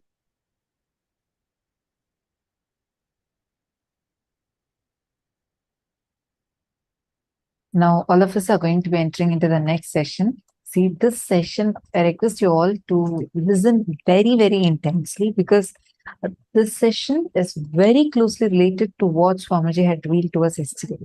So, we request all of you to intensely listen. And right after this, we are also going to be having a Vakyartha Sadas, where all the participants are also going to participate and share with us the clips you're going to be getting. This is going to be there further in the day. So make sure you're listening to this session intensely, and as and when you get clicks, you can write it down and you can share it with us. All right. So now let's listen to the Parama Advaita session from Swamiji.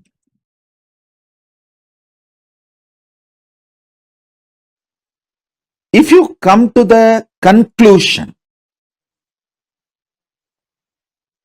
that your God is Paramashiva, you will manifest Bhakti. If you come to the conclusion your world is Paramashiva, you will manifest Yukti, right knowledge about life. Tasma. If you come to the conclusion your individual self is Paramashiva, you will manifest Shakti. Listen, I'll repeat.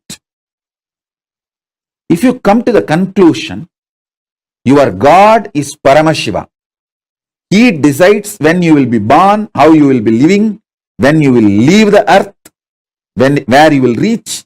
If you cognize that, if you understand that your God is Paramashiva, is living intelligence, independent intelligence, living alive right now,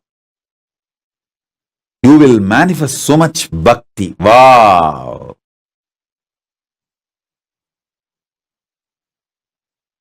If you understand this whole world,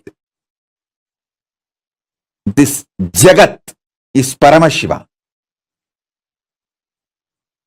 you will realize you will have amazing strategies to win, to be successful, to be consciously productive. Understand that word, consciously productive. Success is not winning over others. That is social success. Winning over others, having more money than the others, having more power than the others, having more things than the others. That is social success. What I am talking is conscious success, feeling that you can do anything. Ishwaratva.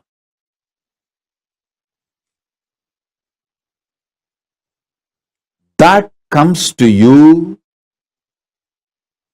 when you know this Jagat is Paramashiva.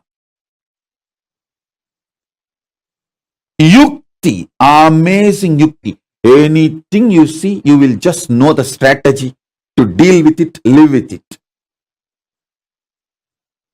When you come to the conclusion, your soul, Jiva, is Paramashiva, you will just manifest Shaktis. Listen. Knowing Ishvara, your God is Paramashiva, makes you manifest Bhakti. Knowing this world, universe, Jagat is Ishvara, Jagat is Paramashiva, makes you manifest Yukti. Knowing yourself, Jiva, individual, is Paramashiva, makes you manifest Shakti. Knowing your Jiva, your Ishvara, your Jagat, knowing your Jiva, your Ishvara, your Jagat, all the three are Paramashiva, is Parama Advaita. That is what I call Parama Advaita, manifesting Shakti, Bhakti, Yukti. Listen.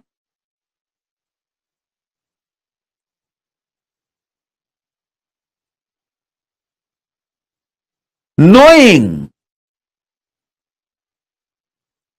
your soul, individual Jiva, is Paramashiva, your Jagat, world, is Paramashiva, your Ishvara, God, is Paramashiva.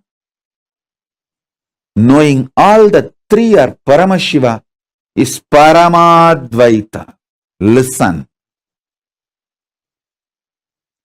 Listen to this truth. Every word I am uttering, even if you intellectually catch it, you will be liberated so much. You will have so much liberation. Listen. I'll repeat.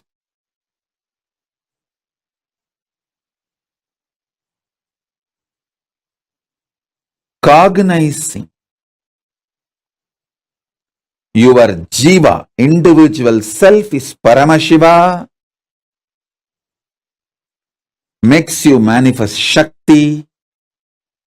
Cognizing your Jagat, world, is Paramashiva, makes you manifest Yukti. Very powerful strategies for conscious success. You will have social success also, but conscious success, you just know how to deal with everything.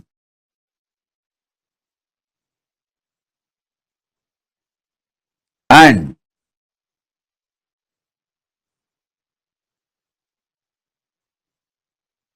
If you cognize your Ishvara, God is Paramashiva, you will manifest Bhakti. Understand?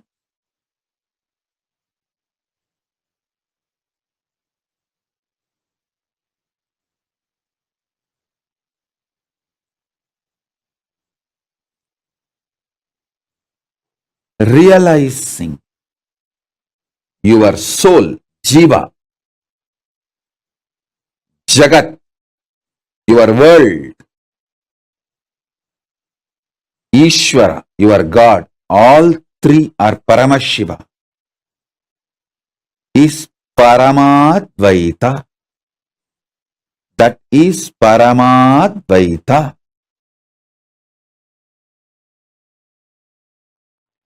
In course of life, when body mutates, it starts manifesting more possibilities, more powers. Mind mutates, it starts manifesting more possibilities and more powers. Humanity heard only about these two mutations.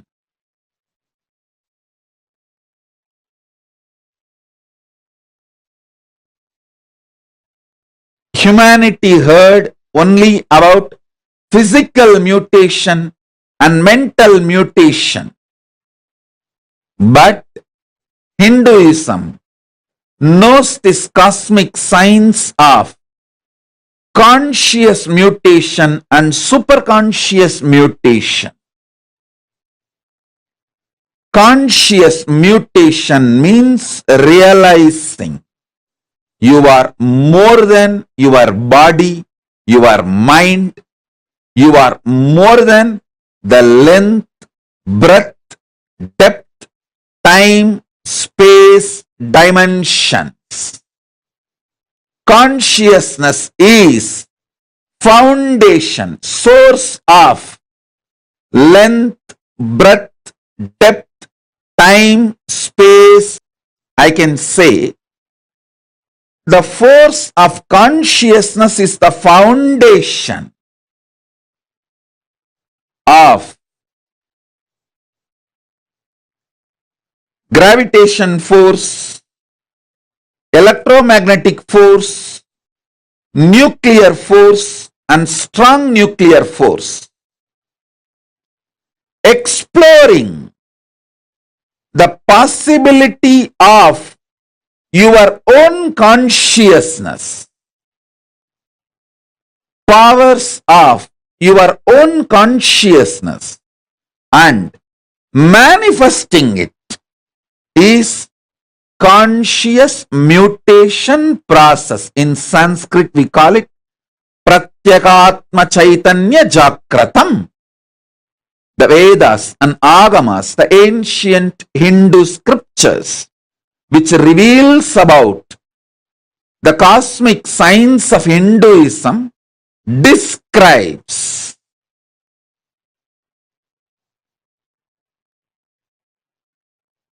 conscious mutation as Pratyakatma Chaitanya Jakratam, Atma Swadantram, Atma Mukti, Atma Prabhavam, Atma Vilasam, Swarajya Siddhi, Atmanubhuti, self-realization. All these words denote, mean conscious mutation. The next is superconscious mutation. The ultimate existence, power, what we call as Paramashiva in Hinduism, in Sanatana Hindu Dharma, Hinduism, we have various names. Paramashiva, Parandama, Parabrahma, Parameshwara, Parameshwari, Paramatma, the ultimate.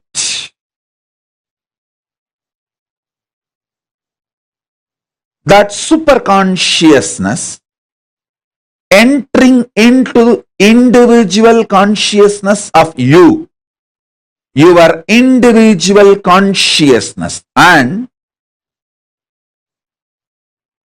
mutation happening, you manifesting. That superconscious mutation is the ultimate. We call it moksha, ultimate liberation, Parama Advaita Anubhuti. In Sanskrit, we use the word Parama Advaita Anubhuti, ultimate oneness. Hindu tradition, Sanatana Hindu Dharma is focused on this superconscious mutation, ultimate oneness. Just physical mutation and mental mutation happens in the lower planes of the universe. But conscious mutation, superconscious mutation happens in the higher planes of the universe, vertical time zones of the universe.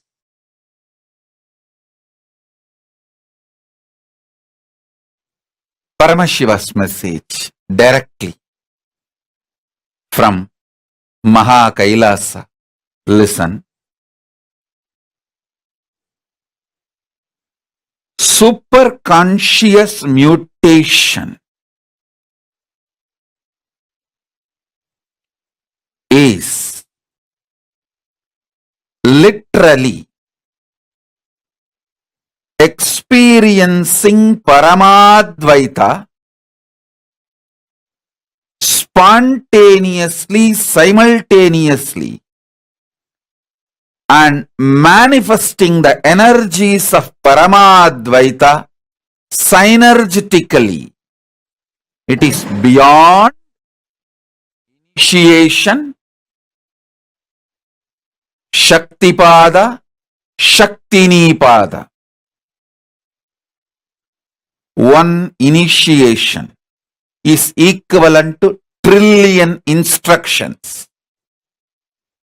Listen.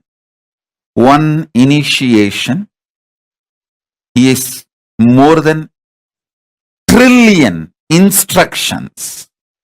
Even if you receive trillion instructions, it won't match one initiation. One initiation is more than trillion instruction. Same way, one Shaktipada is more than trillion initiations. Then one Shaktinipada is more than trillion Shaktipadas. One superconscious mutation, Parama Advaita Diksha, is equivalent to trillions, I should say more than trillions of Shaktipada, Shaktinipada, all initiations.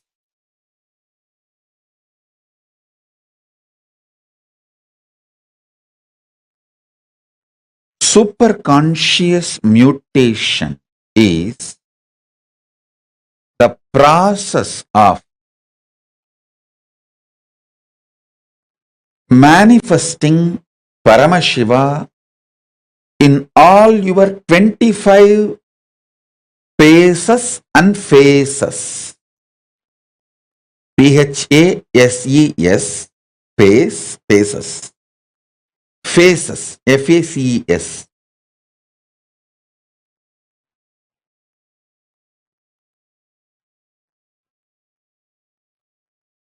all of us have 25 different dimensions which functions spontaneously, simultaneously, without getting confused with each other. Listen.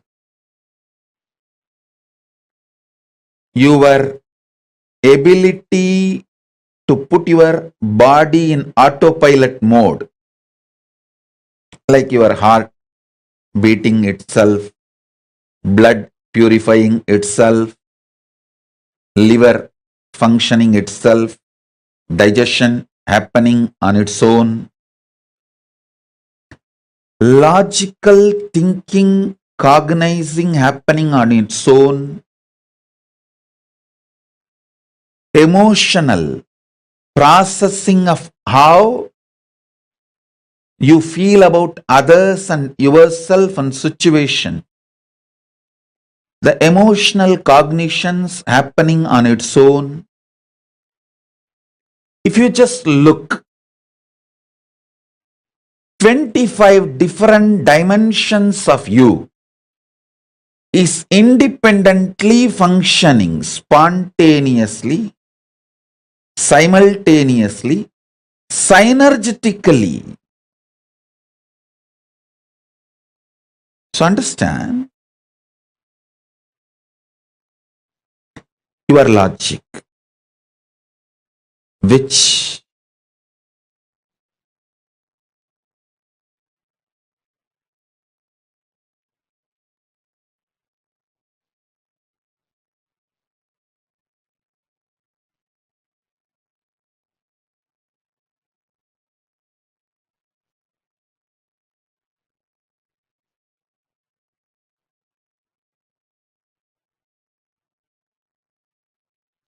receives information, processes information, makes decision.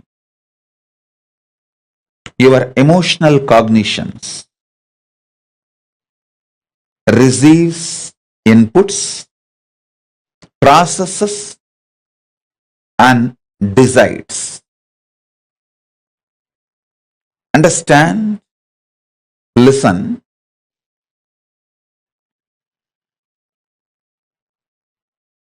your core cognition, how it projects itself to others and how it feels about itself and how it is. All these 25 different dimensions of you getting superconscious mutation.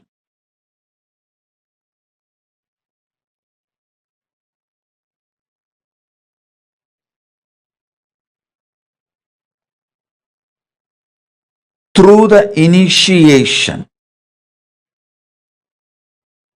is the process I am doing right now for all of you. Listen.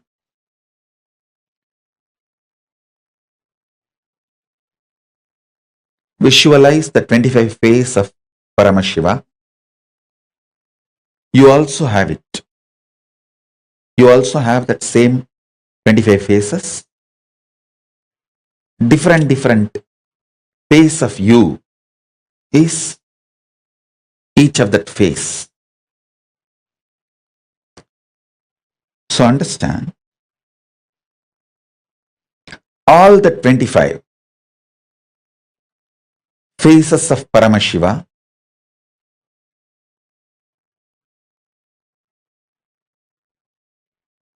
manifesting in you with the same superconscious powers of Paramashiva is the purpose of the initiation I am doing now, right now. The core phase of Paramashiva is exactly what he is. In you also, the core face of you is exactly what you are, not what you feel or what you project. No. What you feel as you are is different than what you are. What you project as you are is different from what you are. The core of what you are and the core of what is Paramashiva is made to feel Parama Advaita oneness during this initiation.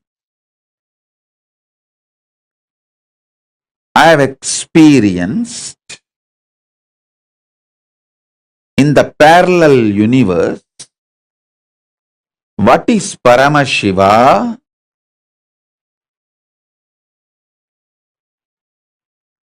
in KAILASA, what is me in this Bhuloka, the core of Paramashiva, what he is and what I am is one and the same.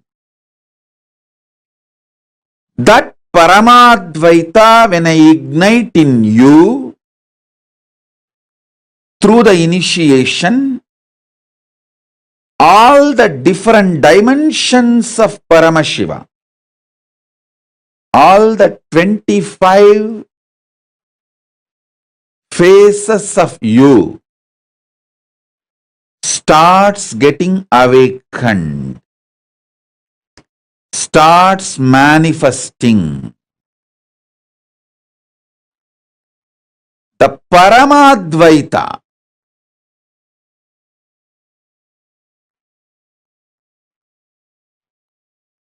Paramadvaita is an extremely powerful superconscious mutation process.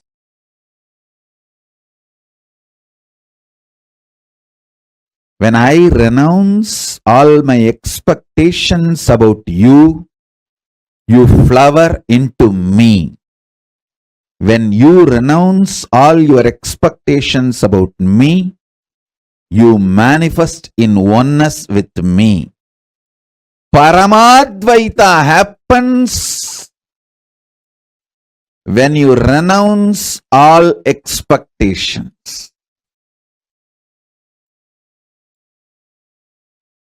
So I declare now,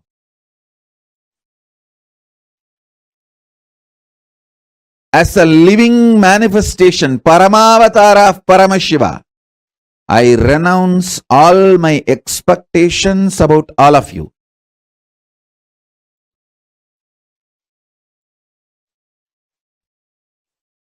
All of you decide to renounce all the expectations you have about everything, including the expectations you have about this initiation.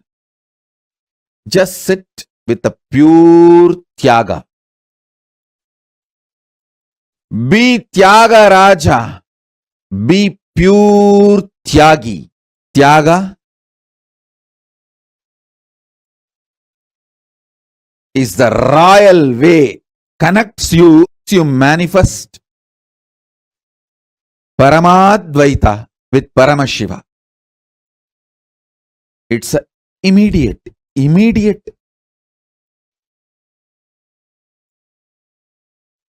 way of manifesting the superconscious mutation. People ask, oh, through initiation, just like that I can do what I want. You can. Just drop all the expectations you have about you, from you, by you, and all expectations you have with Paramashiva, with universe. Drop everything. And sit now with the Tyaga. as a tyagi. Parama Advaita and Saranagati. Parama Advaita from the space of Paramashiva, Saranagati from the space of you. Both are parallel universe, synergetic, spontaneous, simultaneous trigger. When he triggers Paramadvaita Anubhuti, you experience Saranagati. When you trigger Saranagati, he experiences Paramadvaita Anubhuti. When you trigger Saranagati, he experiences Paramadvaita and he triggers more Saranagati in you. And your more Saranagati triggers more Paramadvaita in him. So, end of the day, Paramadvaita and Saranagati merges into one and becomes one beyond oneness.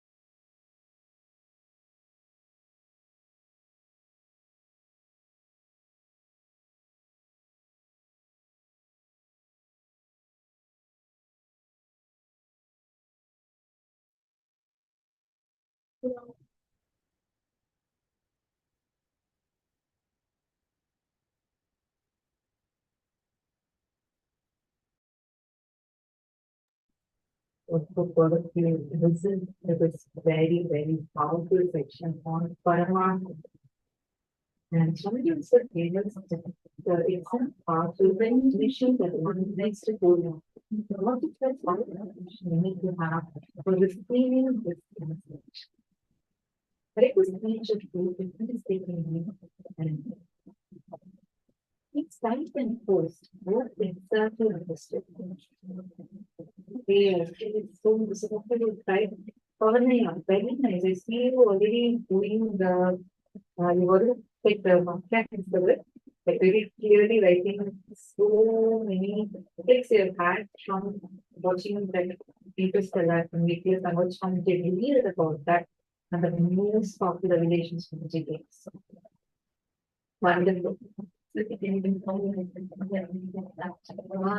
there is a today it's very interesting not today. So today we are going to be having the Swamiji is going to be revealing for us.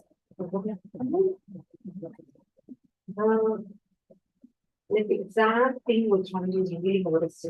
It's Parama Advaita investigation along with how the future part of us, the future enlightened part of us. This is teaching the renewed past part of us.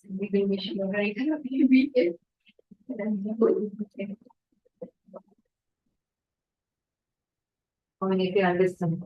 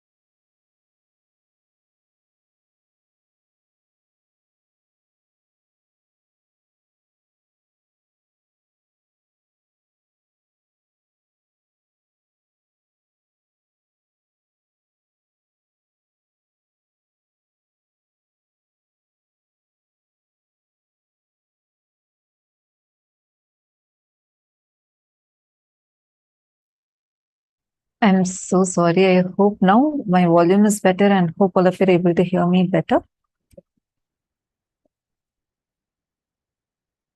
Nithyananda. Okay, thank you so much. So sorry for that. I think I had a small problem with the mic.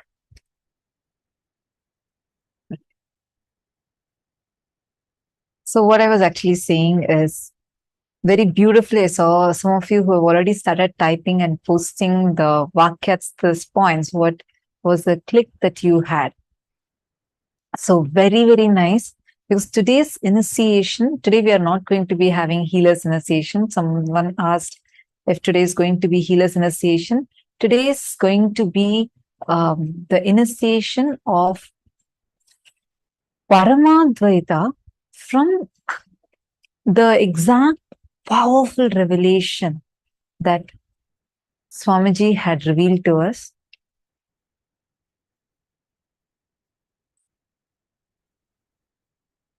So now first I request you all, take a few minutes and please post what is the exact click that you have had.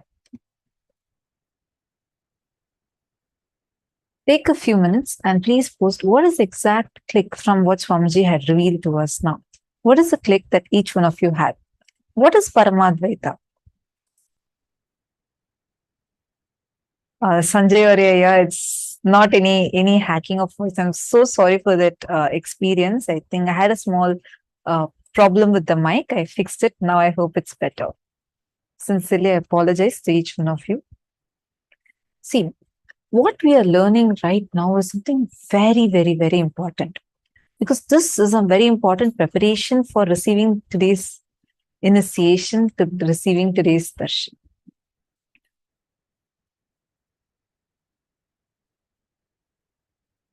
The cognition, the very powerful cognition that Swamiji had given to us today, where Swamiji explained to us how Swamiji is giving that synergetic trigger inside each one of us, and how the source from which the source of Paramashiva, source of Swamiji, and source of us, all three are one and the same. And it is not in a way like a philosophical way that we understand and we cognize. Are you all understanding this? This is actually, you need to take a few minutes to cognize it. And Swamiji also said, the best way to prepare for this initiation is drop your expectations. Drop your expectations about anything. Even the expectations you have from Swamiji, from the initiation, from, oh, if I get this initiation, I'm going to be manifesting powers. Even in that level, do not have it. I request you all now, let us start with posting the clicks that each of you had. What is the exact click that each one of you are having when Swamiji explained to us about how the reflection of Paramashiva, we are alive because Paramashiva is reflecting in us. And that is the very reason why we are alive.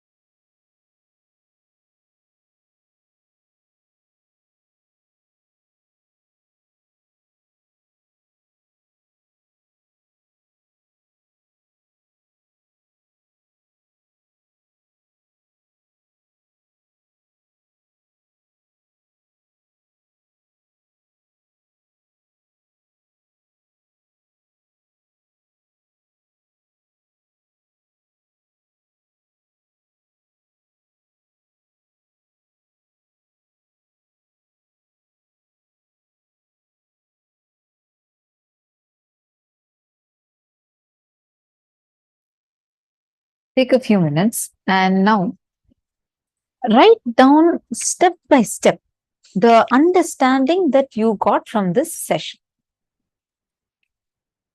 Mami Hiri has posted, eventually we merge into one. So no need to chase our individual goal of life. Just drop individual ideas. Sorry.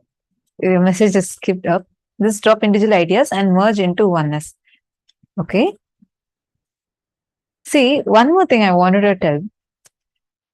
If we see these cognitions, there are two ways we can actually respond to it. One, okay, so everything is anyway oneness, then that can also make you feel like, oh, there's no purpose of this. From the context where you are no more driven for anything. But Swamiji is saying the ultimate unclutching, simultaneously, synergetically intense activism. Yes, you don't need to chase your individual goals, but intense activism. Understanding? What does that do when you let go of your expectations? Swamiji explained it nicely. I did not hold everything. Oh, no problem. Mananda Mahapurana, I'll explain to you now. From whatever my understanding is, I'm going to be explaining it to you now. See, expectations. Let's understand this word little more clearly. The expectations that we have determines the kind of experience we are experiencing from our life. For example, you restrict a few things, like you say, a simple example. How many of you here have felt, I'm not at all manifesting powers. Power manifestation is not at all happening to me. I even doubt, probably my third eye is corroded, eroded, and it's not probably alive, active, working. How many of you have any of these cognitions? Take a moment and just you can put yes, or even you can put a cognition. Please tell.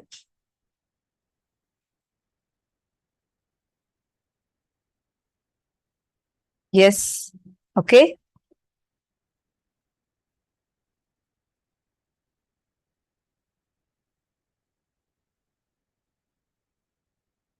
Right. Now, when you carry the cognitions that you carry inside of you, some expectations you have to get something. Like you're saying that if I'm sitting and manifesting powers, if I am going to be sitting now and doing the seeing through the third eye, then exactly as it is outside, it has to appear in front of me in my third eye. How many of you have this kind of a definition? We all carry, no? That's what is the expectation that we carry. We all carry like a frame through which we all see it.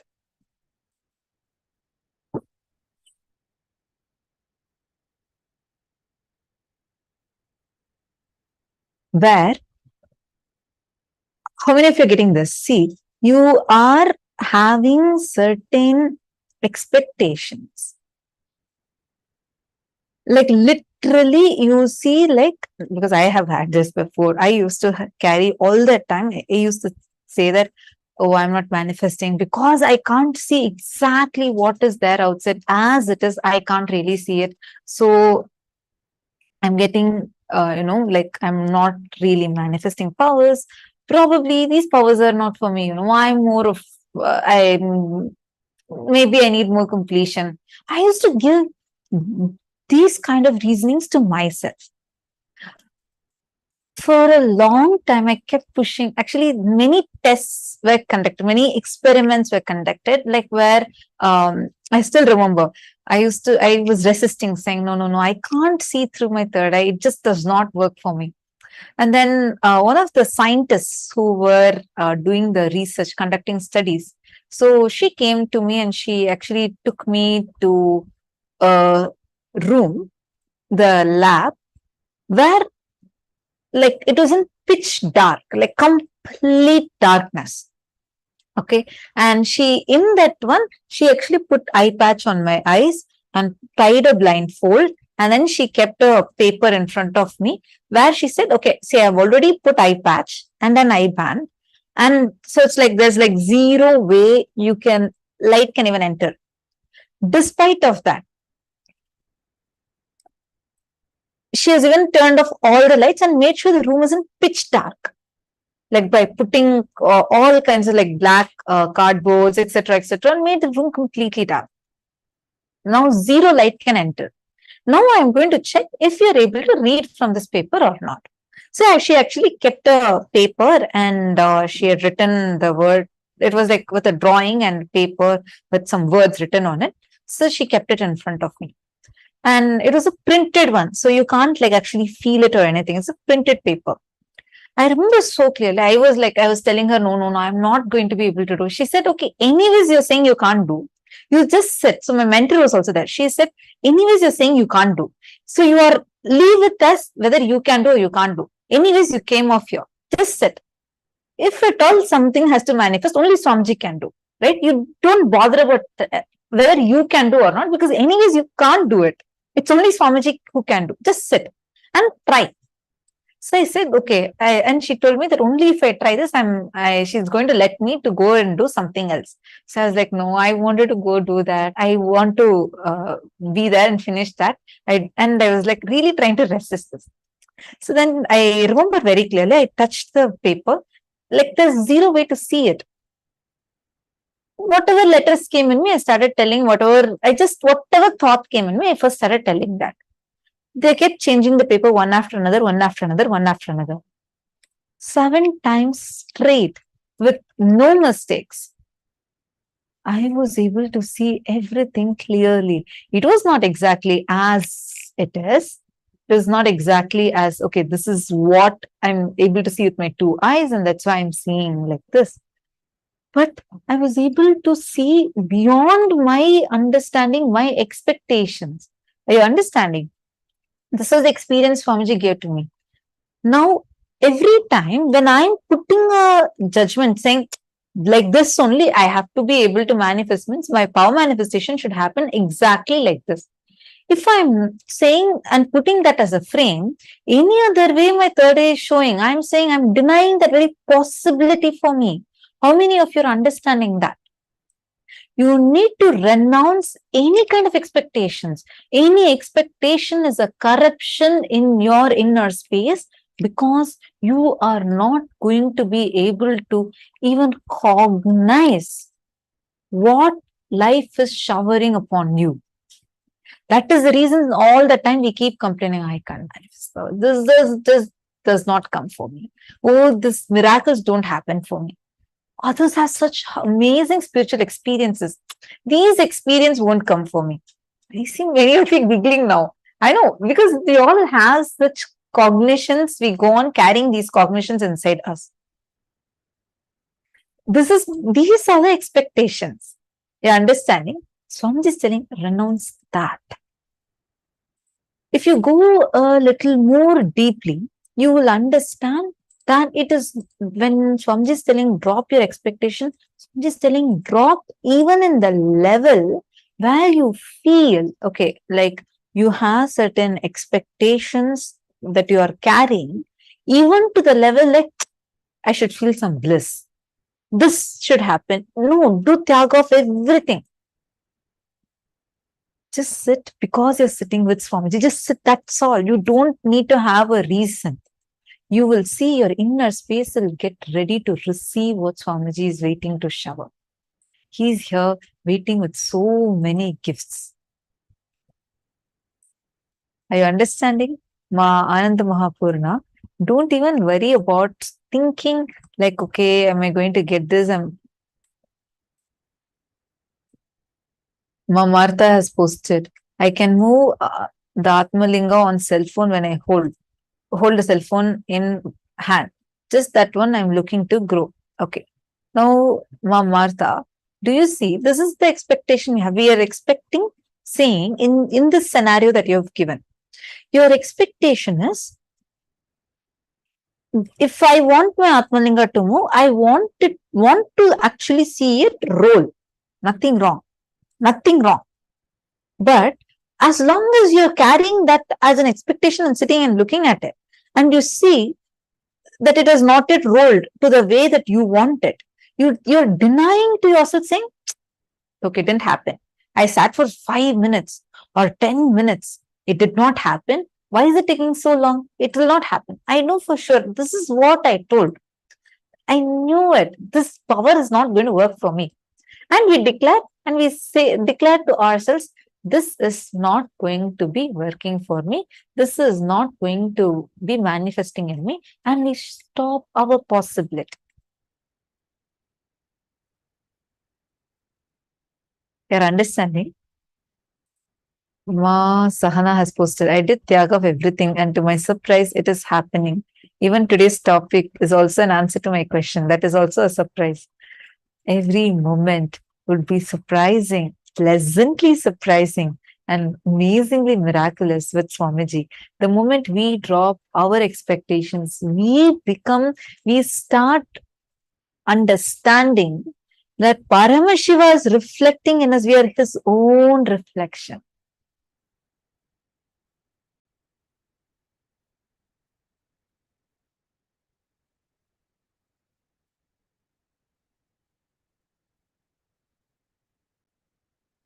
Elizabeth Silva. Sorry, I'm going to check the Atmalinga again, ma. I'll check on it and I'll make sure that you're receiving it. This is a gift from Swamiji and definitely you'll be receiving it. Okay. So now shall we all move to power manifestation? I request all the participants to please quickly settle down, and you're going to be holding on to the powerful cognition of Parama Advaita in you. And from that, you're going to be operating. All right? Can I request all the participants to please come, sit down, hold the cognition that no expectations. You are not going to have any kind of expectations inside of you. Sit with that and you're going to see how you're going to manifest the powers.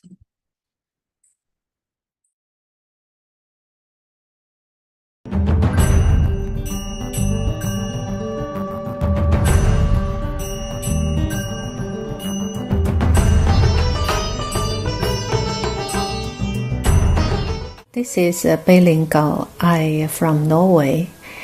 27th of July, I did group puja. In this puja, we allowed to write 4 family members. So I write down my husband name and my parents to pray healthy. Around 2 o'clock in the morning, puja is finished in Norwegian time. Then after 5 hours, we eating breakfast and we go to work. But before we eating breakfast, my husband used to take some medicines and using spray to his nose and drop his eyes because he is very seriously for allergy. He is nearly 30 years. And if he don't use that, he is painful. His eyes couldn't open, and nose is bleeding sometimes. Using this medicine also over 1 year and couldn't stop. But just the same days, in that morning before breakfast, he didn't doing the same action. I'm very surprised in that time because he is a Norwegian. I didn't tell him I did puja for him, and I also didn't ask. So we just go to job. After we go back home, and in the evening we have a free talking. I asked him, today you forgot using your medicine for your allergy for your nose and eyes. He said yes. Today morning, when I wake up, I suddenly decided myself I don't want using my medicine. So the whole day I didn't feeling unwell. It's quite well. So I quit it. In my mind, I thinking, wow, this must be Swamiji did. And strongly recommend everybody to participate in the ritual in the Swamiji of us to get blessing. Nithyananda.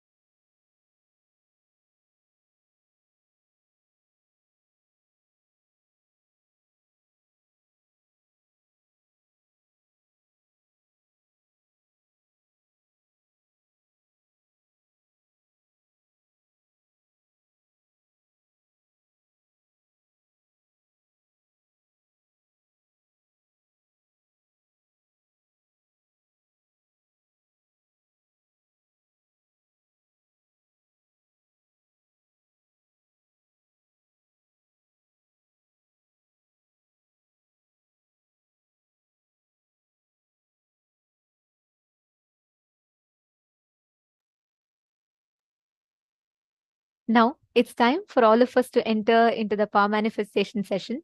So, Ma Viraja, why don't you share with us what Parama Advaita, what Swamiji explained as Parama Advaita? Sure. So Swamiji said in the satsang which all of us watched that when you see the world around you as Paramashivam and God as Paramashivam and yourself as Paramashivam, when all these three, the Jiva, Ishvara and Jagat. So the world, when you see the world around you as Paramashiva, and when you see the God, when you know, when your God is Paramashiva, and when you remember yourself as Paramashiva, all these three, when all these three is Paramashiva, it becomes Paramadvaita. Basically, when everything becomes Paramashiva, we experience Paramadvaita. Like how when Swamiji was with Arnagiri Yogeshwara, when Arnagiri Yogeshwara was explaining the concept of Advaita to Swamiji, at first Swamiji was a bit non-listening to Arnagiri Yogeshwara. It was like, felt a little boring and everything because from his previous masters like Kuppamal, Annamani Swami, they have taught the science of Advaita to Swamiji, but Swamiji felt a little boring and was not paying attention. And Arnagiri Yogeshwara noticed this and immediately called Swamiji saying, Swami, and Swamiji sat up. Naturally, Arnagiri Yogeshwara is how to say, even when Swamiji says about Arnagiri Yogeshwara, immediately always have a wide smile because the way Swamiji describes about the relationship between him and Arnagiri Yogeshwara is so, I don't know, it's such a scene to be seen. Like even I, if at all I have a chance to ask Swamiji, I'll say, Swamiji, I really want to have this darshan of you and Arnagiri Yogeshwara sitting together, having the relationship. So let me continue. So, and immediately Arnagiri Yogeshwara saw the boring, the tightness in Swamiji. And Arnagiri Yogeshwara just straight looked into Swamiji's eyes and immediately said, Onida, that's it. And Swamiji saw everything around him becoming one, like the temple next to him, the hill in front of him, and the linga, and Arnagiri Yogeshwara were all becoming one and was merging into this inner space. So this is what I understand is Paramadvaita, where everything around you, not just when you're sitting for prayer, you should sit in a space of you and God is one and the same. When you're manifesting powers, take the example of consciousness or matter. You, matter, and Paramashiva as one and the same. So same way. It's the same way. Even this power of Aushadha Darshanam, the power and you is one and the same. You and Paramashiva is one and the same. Paramashiva is nothing but the future of you. And you are the past of Paramashiva. That's all. It's nothing but you seeing the higher possibility of you, which is Paramashiva. Yes. Beautifully, you explained it just now. I think Ma Viraja has summed up the whole essence of what Swamiji said so beautifully for all of us. And power manifestation is nothing but you experientially understanding Paramadvaita. The strategy with which we operate in life will completely change if you apply Paramadvaita as your fundamental cognition in life, your fundamental experience in life. Now, power manifestation is the best way to experience, express, manifest that Paramadvaita Anubhuti. So now without further delay, let's all get started. What we're going to be doing is the exact same thing as last time. So we're going to be doing, this is the conclusive round. So after this, the next round, we'll be doing the next level of this power. So I'm going to be projecting a herb. You're all going to be scanning the exact, precise target organ of that particular herb. I have a request to make to all of you before that. I request every one of you to make a commitment to yourself that you're going to post only what comes in your third eye and whatever comes in your third eye. Okay? Can I request every one of you to give that as a commitment to yourself? You're going to be posting as a first thing. See, you should not logically analyze. You should not eliminate, edit, alter anything what your third eye tells you. If your third eye is showing you that a particular herb works for something, then just put it. That's all. The first thing that comes. Thank you, Ma Mohini Lata. You're the first person to say yes. Okay, Ma Valini Subaya. Okay, many others are posting now. Ma Vimala is saying, I feel I don't know what it means looking from third eye. Looking through the third eye means, Ma, see, listen very carefully. Swamiji precisely explains what it means when you look through the third eye. The moment you chant Mahavakya, when you connect to Swamiji, I want you to observe this as I explained to you, because Swamiji had practically, experientially made us understand this.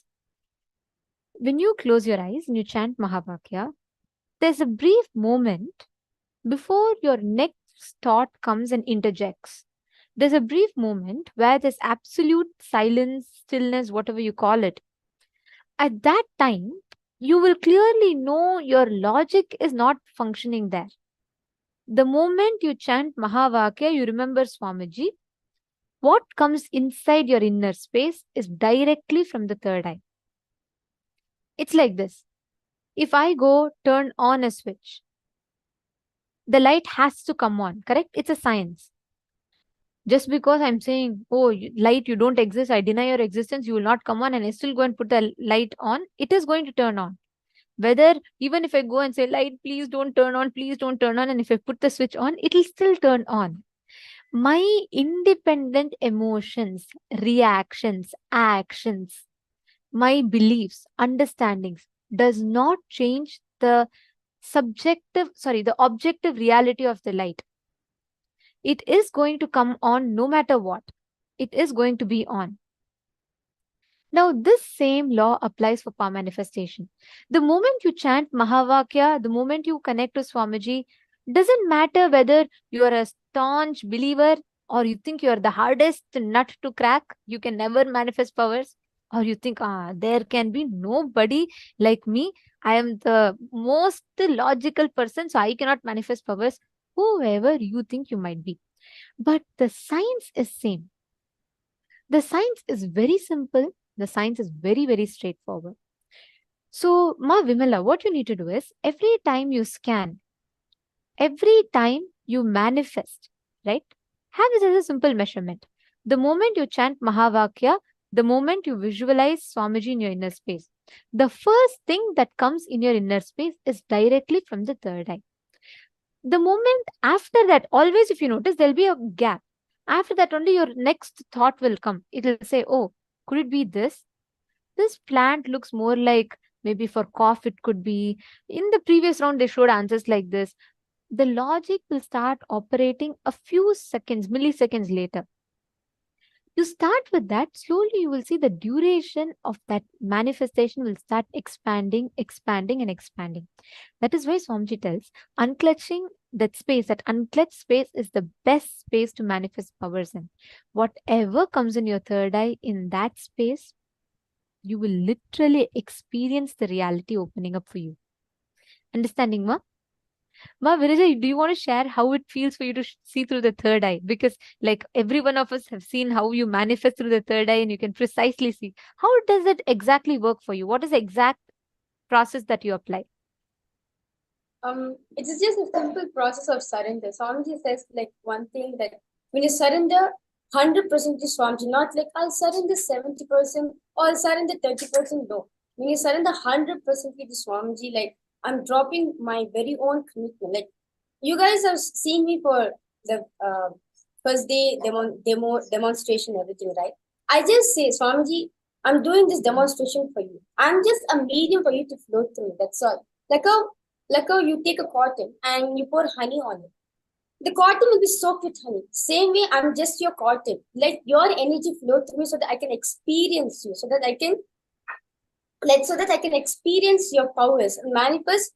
And whether I get whatever people say or anything, it's just for you. That's all. I'm just a medium for the world to connect to Swamiji. That's all. So I just surrender myself to Swamiji, that there's no I in me. Swamiji always says that when you situate yourself as I, when you develop an identity saying I, when you refer to this body as I, we start becoming egocentric. When you refer to yourself as Paramashiva, that's why in Gurukul we have this thing called Sat Bhasha, where we refer to ourselves as Paramashiva. We refer ourselves to Swamiji. So that any moment of time, whether you're powerless or whether whether you're happy or in any mood you are in, we are just experiencing Swamiji, that's all. Whether even if you're powerless, it is just Swamiji trying to make you understand something so that you can come out of the problem. And when you're in powerfulness, it's just Swamiji wants you to be powerful in the state forever. So during the demonstration which I do, I just connect to Swamiji and just drop my I identity. That's it. And I just declare completion. Let me have the oneness with you. Like you had the oneness with Arnagiri and Vishwa, let me experience the same thing with you. I just declare this because when you declare it to yourself, you also have Paramashiva inside of us. So it is nothing a declaration which you're making to Paramashiva who's sitting in front of inside of you. So as soon as I make this declaration, Swamiji just flows. That's all. It's just one simple decision which we take from our side. Like Swamiji says, when you take one decision towards me, I take millions of steps for you to be successful towards you. It's the same way, it's your one decision for you to be integrated to Swamiji. That whatever Swamiji shows you, you just be authentic to it. Just be integrated to it. And you will see, you will experience it. The whole power manifestation is not what, okay, let me see how much of round side manifest. No. This is the space in which you enjoy, the space in which you manifest the powers.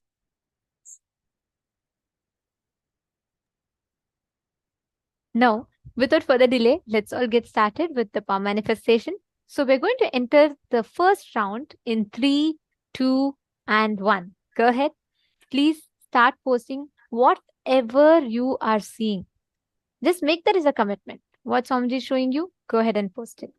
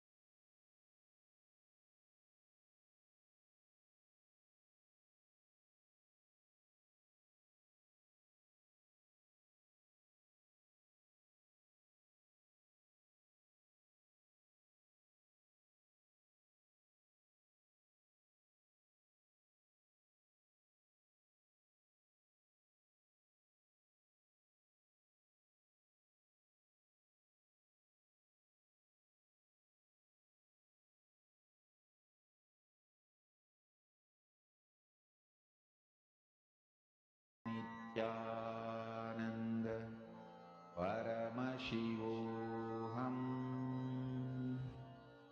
Om Nithyananda Paramashivoham Om Nithyananda Paramashivoham Om Nithyananda Paramashivoham Om Nithyananda Paramashivoham Om Nithyananda Paramashivoham Om Nithyananda Paramashivoham Om Nithyananda Paramashivoham Om Nithyananda Paramashivoham Om Nithyananda Paramashivoham Om Nithyananda Paramashivoham Om Nithyananda Paramashivoham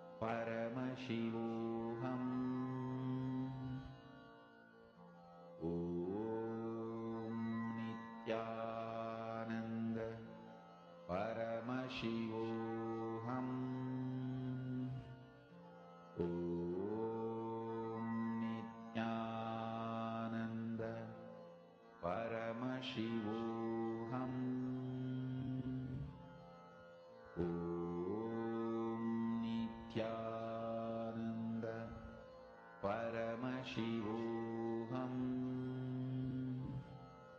Om Nithyananda Hope all of you have finished. Paramashivoham. Whatever you scanned, you all can post it in the chat. Let's now verify the answer. I see that each of you have posted different answers.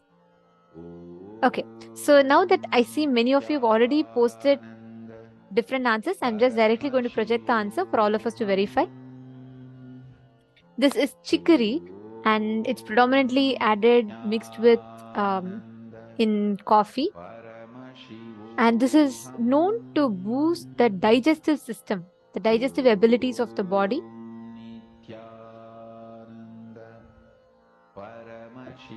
So this is the answer. The answer is chicory.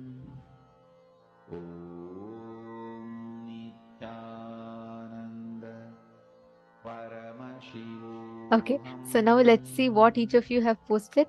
Ma Dhanvantrika. Wow, you have precisely identified. It's belly, which is digestive system. So you saw stomach. That's right.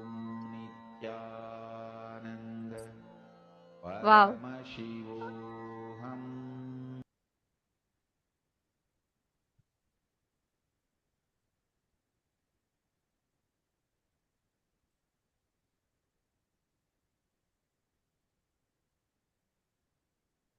See, I do see many of you have posted different things. That might be its other uses. Like, for example, when we take one medicine in Ayurveda, that medicine also has other positive side effects that it gives us. But what we are counting right now is the main exact reason that it is used for. So, Ma Sonia Rao, it is useful to boost the immunity and the other parts as well. But predominantly, it's used for digestion. Actually, next, what we are going to be entering into right after this is a very important session, because we are going to be learning about one of the most important aspects. Yesterday, Swamiji revealed to us about the time matrix. Today, we are going to have, I'm as excited as each of you, and I'm very curious to know what Swamiji is going to be revealing today. And we are going to be preparing ourselves with some of the important sessions, powerful cognitions, to receive what Swamiji is going to be initiating us into today and revealing for us today. So I request all the participants here, please provide your complete listening to the next session. And this session will be followed by a re-telecast of yesterday's session. What Swamiji revealed to us yesterday, we will be having a re-telecast of that session right after this. And I request all of you to take a few minutes. Please invite your friends, family members, anybody that you're going to invite them for the darshan. Please invite them for this. It is very important that they attend this session so that they understand the basics. Swamiji is going to be revealing further on this principle today. So I request every one of you to please be available. And Paratatvaya, you can call all the Chinese to come and settle down. The Chinese translators, French translators, all the language translators, please announce for the participants of your respective languages to please come and settle down. I request all the participants to please be seated in front of the camera. This is very important session. This session will be followed by the exact revelations that Swamiji revealed to us yesterday, following which we will be having a discussion, a Vakyartha Satas on that. So let's.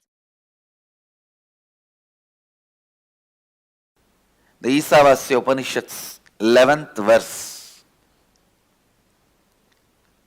Please recite along with me. 14th verse of the Isavasya Upanishad. Recite. Sambudhim cha vinasam cha yastat vedobhayagnusaha vinasena mrityum tirtva sambodhyamritamashnude. Understand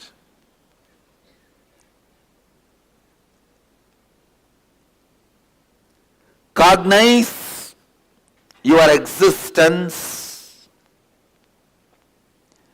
cognize the existence of the life, universe, God, everything with a larger vision. Listen, why you do what you do, why you think the way you think, should be based on larger vision of life, not just a immediate agitation gratification. Please understand, all your so-called luxury, the sensory pleasures, are agitation gratification. Please understand. The agitation you feel in the tongue, you gratify it with the food which destroys your health but gives you temporary gratification. Please understand. In Agama, Mahadeva describes what is taste. If your whole tongue and the mouth experiences the saliva, that is taste. That will never happen by the food which gives you the pleasure of agitational gratification. Please understand.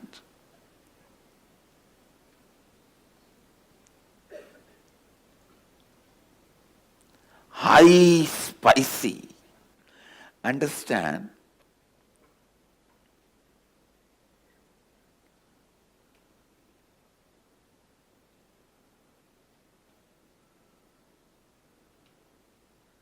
These two words, agitation gratification, delayed gratification.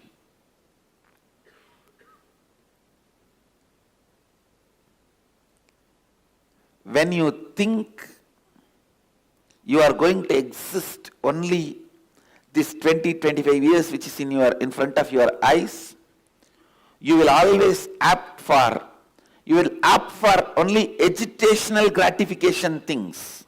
Now, what next?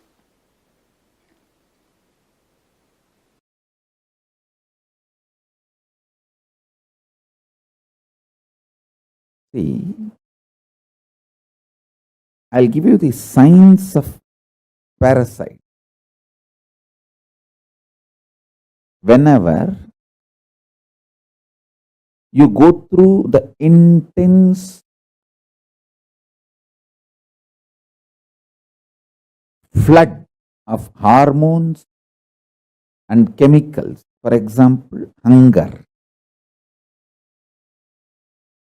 or feeling very horny, lusty, or feeling frightened, terrorized, whether you feel lusty, sexually driven, horny, or frightened, terrorized, or hungry, all these three is just flood of hormones and chemicals inside you. Whenever the hormones and chemicals are flooded inside you, the womb, mother component for the parasites to be born is created.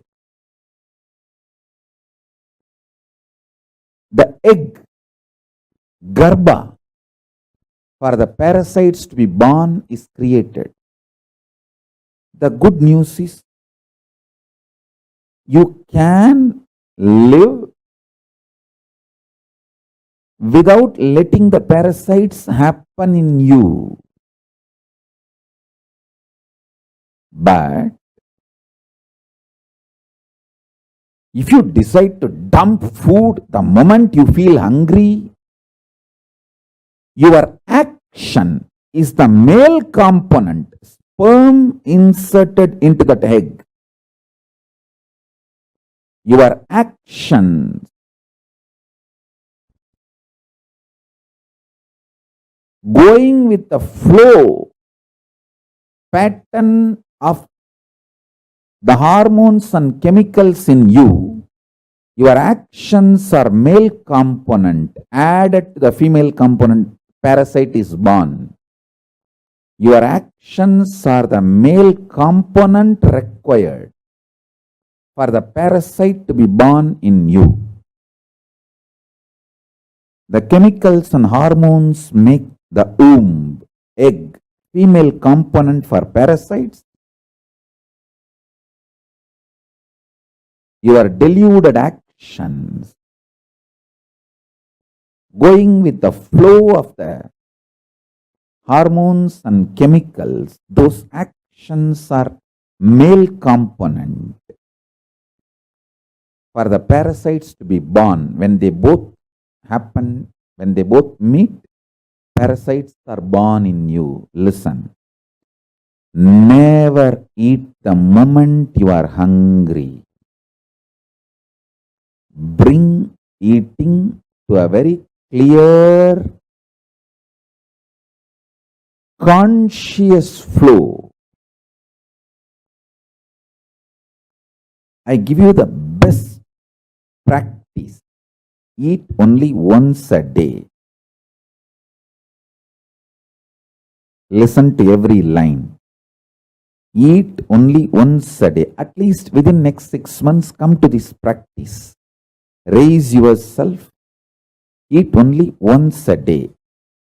Keep everything you want to eat before the puja. Offer everything to Paramashiva and Guru in the puja. All this has a reason.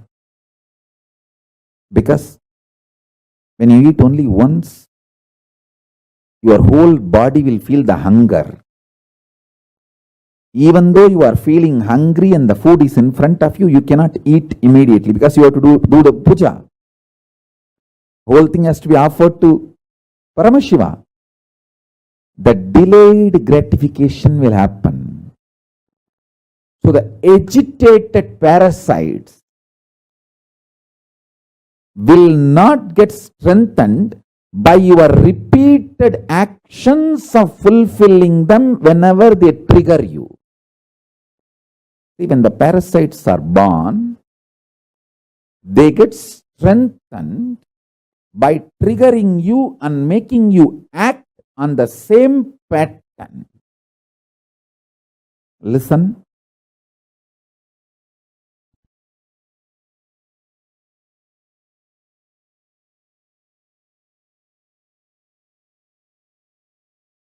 Only once in 24 hours you are going to eat means the whole body will be hungry. Even though the body is hungry, your parasites are triggered, and the parasites are triggering the not just hunger, anger, and the food is there in front, but you can't eat because you have to now do the puja and offer the whole thing to the deity. And finally you have to eat. The whole boiling, triggering of the parasite, the whole thing will happen and settle down. Your eating will not strengthen the patterns your parasites trigger in you. Delayed gratification will kill the parasites and the patterns triggered by the parasite. A person who does delayed gratification lives healthy, long.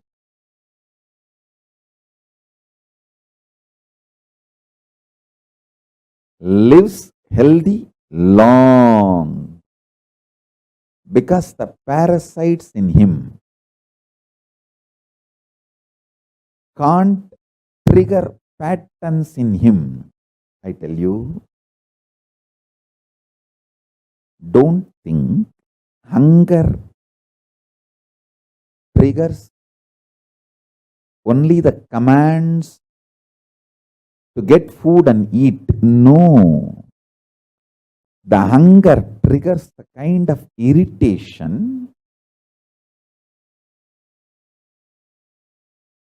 which is responsible for almost every bad thing happening in the society. I tell you, 99% of the time, people who are fighting are hungry, triggered by hunger pattern.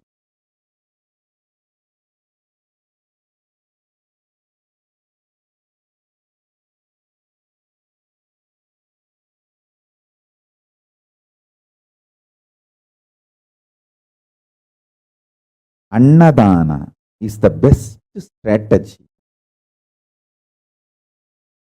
I have always seen, whenever the people come to visit me, guess I tell them first, feed them, give them food, then I will meet them. So the meeting will always be pleasant. They will be in the mood to listen to what I am saying. There will be beautiful communication. Parasites get strengthened. I tell you, life is a beautiful gambling. Either it can make you God or it can just destroy you. It is how you play. Life is neither good nor bad. It's how you play. If you allow the parasites to take decisions for you, be very clear, then you are planning for the success of the parasites, not you. And parasites do not take the responsibility for all the happenings of your life externally. Good, bad, right, wrong. It's only you who need to take the responsibility for the good, bad, right, wrong. It's you who is going to enjoy or suffer, not the parasites which is hiding inside your muscle memory. They just continue to suck you and make you believe parasites and the patterns generated by parasites are you. They literally take over your identity. Understand? When I open my third eye, I burn your parasites, not you. But you always say, oh, Swamiji is so ferocious. Hey, I am ferocious on your parasite, not on you. I love you. When I show my ferociousness, I make a loud statement, I love you. And I am burning your parasite.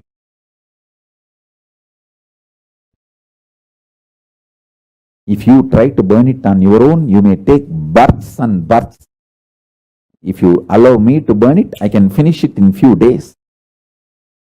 I am telling you.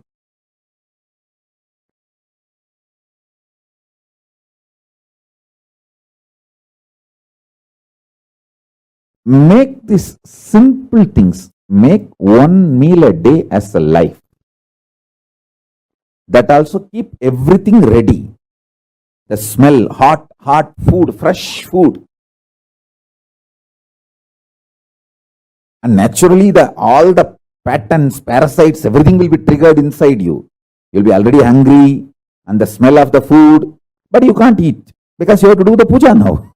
Once you keep everything ready. The delayed gratification. So after the puja, if you eat, you will eat exactly what you need, how much you need.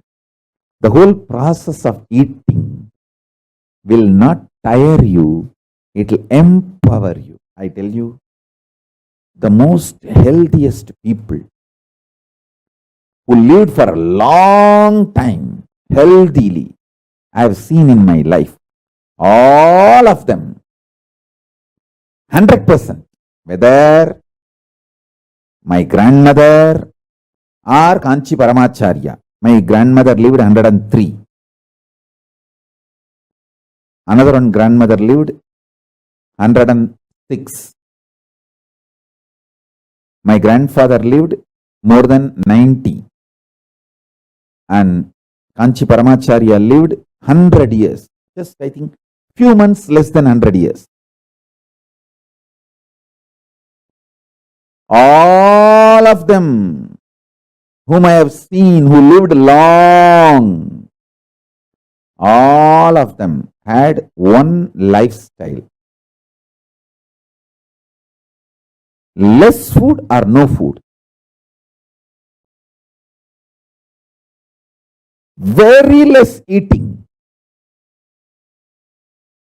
They built the body systematically from the young age itself to live with minimum food, minimum quantity of food. Their food was very subtle, like breathing or liquid. Paramacharya will fast for days continuously. In my family, everyone lived quite a long time. Other than my father, everyone lived such long number of years. Because all of them had this habit of fasting for Paramashiva.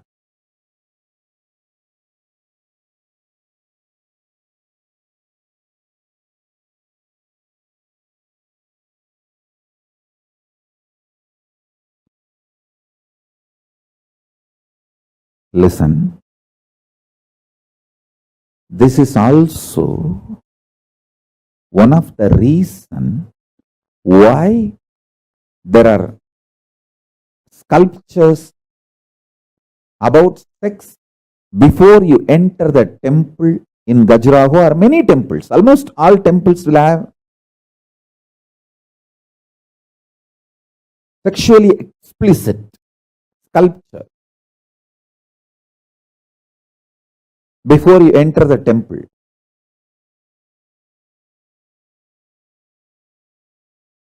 It's like delayed gratification. You have come to the temple.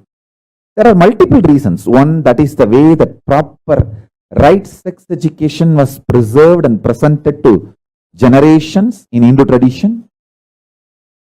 And second, you are sexually triggered, but you can't act out. Now you have to go to the temple inside and do puja.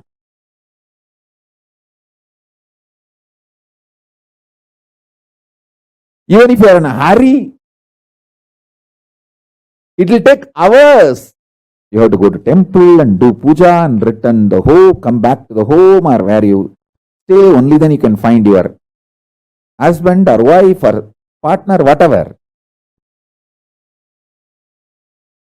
By the time the delayed gratification will happen, your patterns, your parasite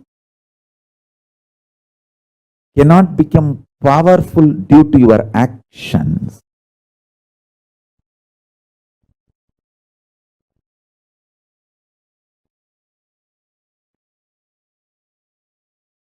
If you listen to my instruction and practice only one meal a day, that also all the food you are supposed to eat, you will keep it ready and start the puja. By the time you start the puja, literally all your parasites will be triggered, microbes will be triggered. They will all be passing commands inside you. Hey, do this, do. And everything will be triggered. But you are silently supposed to sit and do puja. Bhadyam samarpayami. By the time you finish the puja and start eating, all that patterns will settle down, and beautifully the delayed gratification will happen. Your eating will not strengthen your parasites, microbes, and the patterns triggered by them. If you understand this, you will also understand why the sexually explicit sculptures outside the temple. Because when you see them, you'll be triggered, but you can't act now. You have to go inside the temple and do puja. So the parasite and the patterns triggered by parasites will just melt down. Your action will not strengthen the parasites and the patterns triggered by the parasite. This will empower you. This will empower you.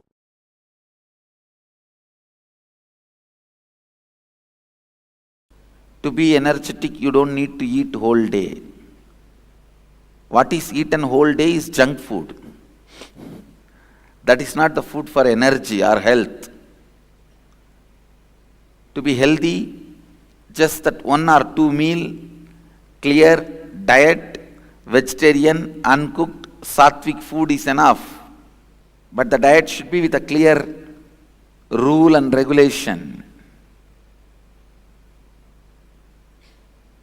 Same way, to be enlightened, you don't even need to do whole day spiritual practices. Just the right cognitions, awaken the right cognitions inside and install them, invoke them. Please understand. Now the truths I am teaching, if you invoke them inside your being, they will be making peace inside you eternally. The deepermost part of the cosmic consciousness is peace. Sadashiva. You can experience that by this verse. Please understand. This verse can make you experience the deepermost part of the cosmos, the eternal peace, the Sadashiva. Only one thing. Sit with yourself. Cognize what all is perishable, inauthentic ambitions in you, what all imperishable, authentic, conscious manifestation in you. Don't be afraid. You may suddenly find there is nothing authentic in you. Everything is just perishable, inauthentic. Don't be afraid of that. Everything being inauthentic is not something wrong, but you living it without recognizing it is something wrong. So even if you recognize, everything you know inside you is inauthentic.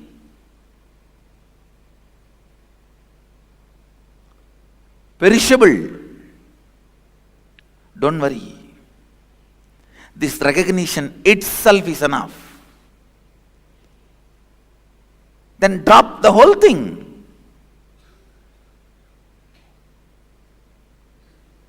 Drop everything you discovered as perishable.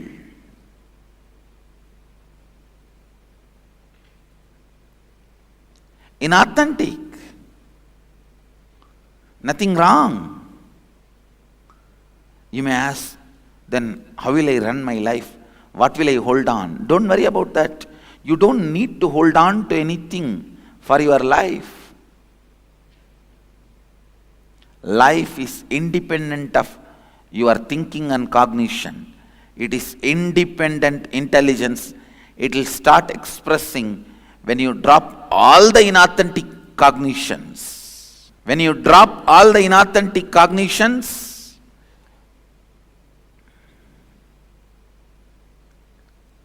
you will see automatically the imperishable starts expressing in your thinking, action, behavior, response, talking, walking, in every way. Expression of Sadashiva starts happening. Actually,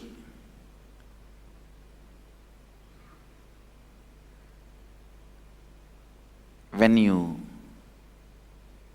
recognize all the inauthentic components of you, when you cognize all the inauthentic components of you, they will melt down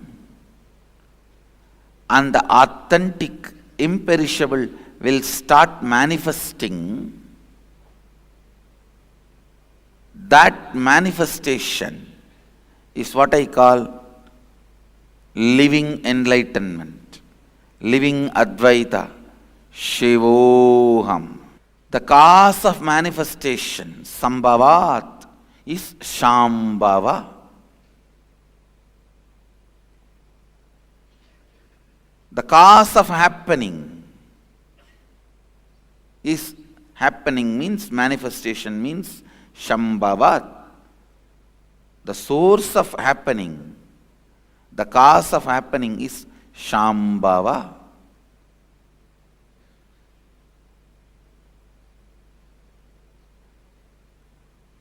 Here, the source of happening is Master.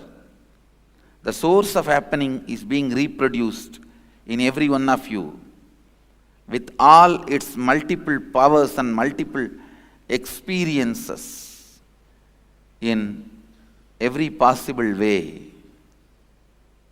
Sambhudim cha vinasham cha yastat vedo bhayagum saha vinashena mrityum tirtva sambhutyat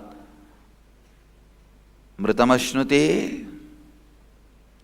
One who cognizes the pure essence of these both, the imperishable consciousness, the cause of manifestation, and the destructible, the perishable, manifested entities simultaneously, such a person completes with the fear of death and transcends death by worshipping or by knowledge of the imperishable entities and reaches the imperishable consciousness and celebrates the nectar of immortality and bliss, the eternal space of oneness.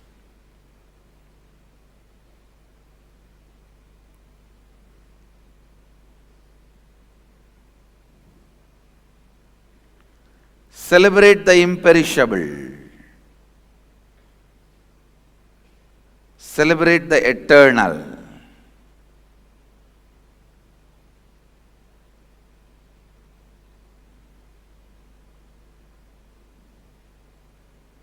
Cognize what is imperishable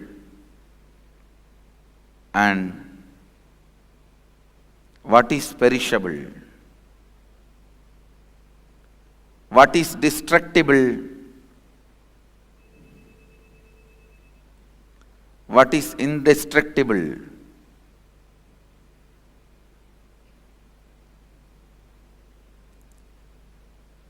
When you start cognizing the inauthentic, perishable, authentic, imperishable inside you, you complete with the fear of death and transcend death. Then no more death for you.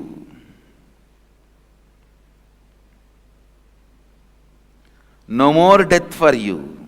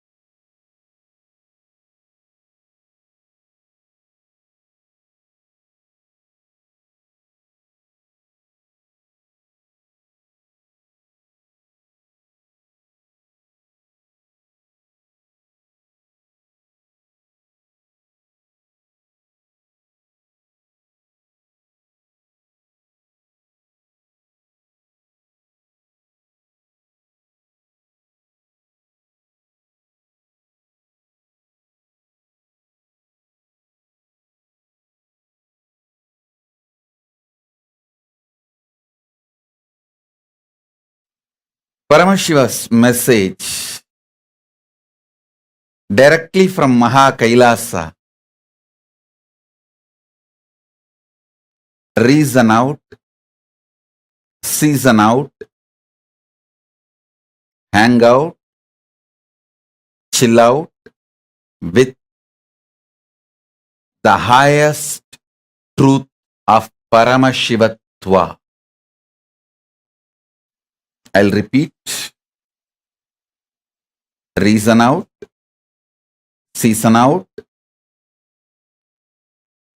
hang out, chill out with highest truths of Paramashivatva.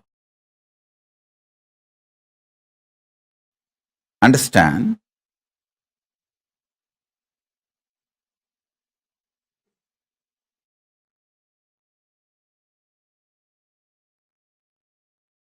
Truths of Paramashivatva. All the constitutional rights given to each soul by the cosmos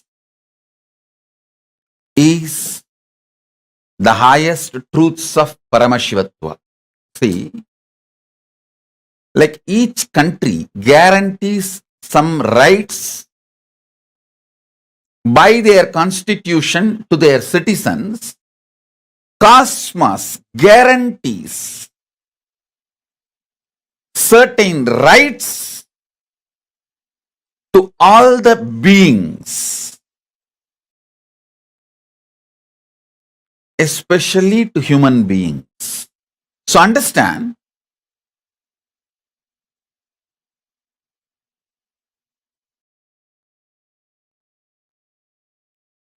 the first right, I call it as the first amendment. The first right cosmos gives you is to think, feel, experience,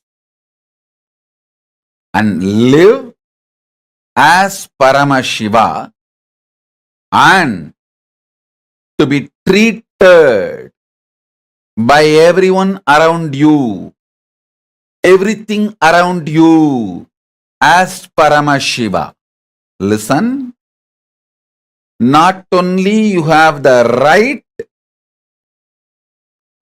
to think, feel, exist, experience, live as Paramashiva, you have the right, everything around you, not only human beings, even the nature around you, should treat you as a Paramashiva, and you have a right. Please understand, these are the fundamental rights guaranteed by the cosmic constitution to every being, especially to human beings, because the human beings are hardwired for these greatest truths. Reason out. When I say reason out, I mean continuously using your logic, rationality. See, power to rationalize, ability to logically analyze, ability to internalize, the power of Sankhya, the right reasoning, the right way of reasoning is the unique gift given to all human beings. Understand?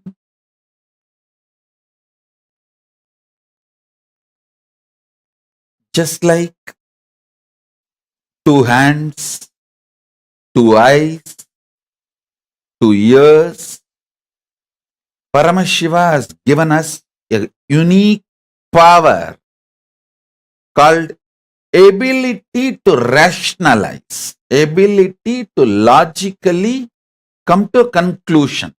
And please understand, your ability to rationalize and ability to come to a logical conclusion is nowhere related to your so-called degrees, universities, education. No.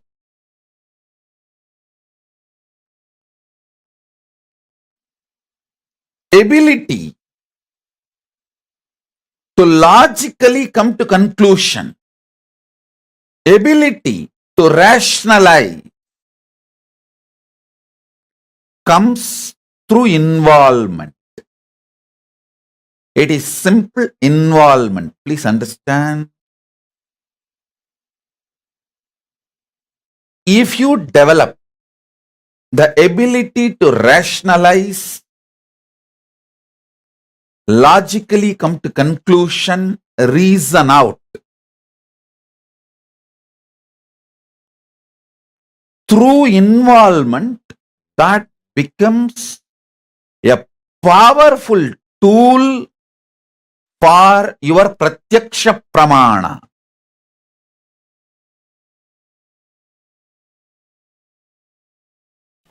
Isha vasyam idaggo sarvam yat kincha jagatyam jagat.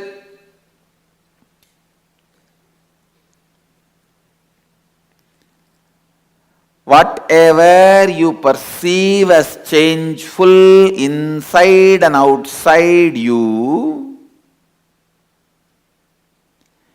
even when you perceive as changeful inside and outside you, it is God consciousness which is beyond any change. Listen. The different levels of understanding.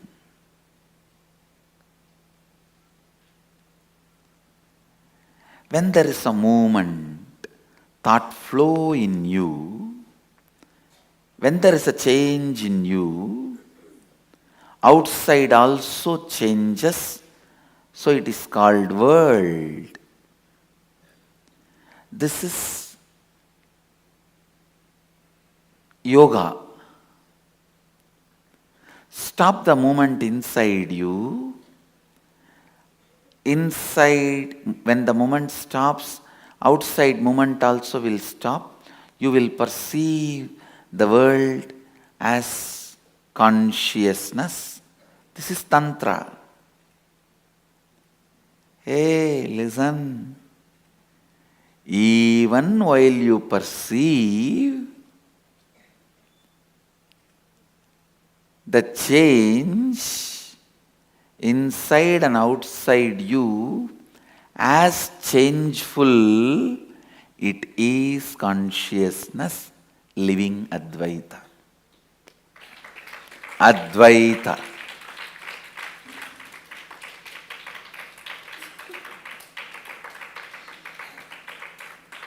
Listen. Your logic functions continuously in the form of thought, dividing to come to conclusion. Your emotion functions in the form of including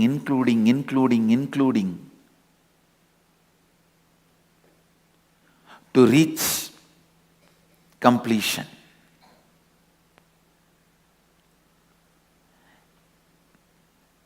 Only when the inclusion and conclusion merges into each other, completion happens. People who sacrifice conclusion for the sake of inclusion are poets. Poets can be amazing inclusive people, but can never be conclusive practical.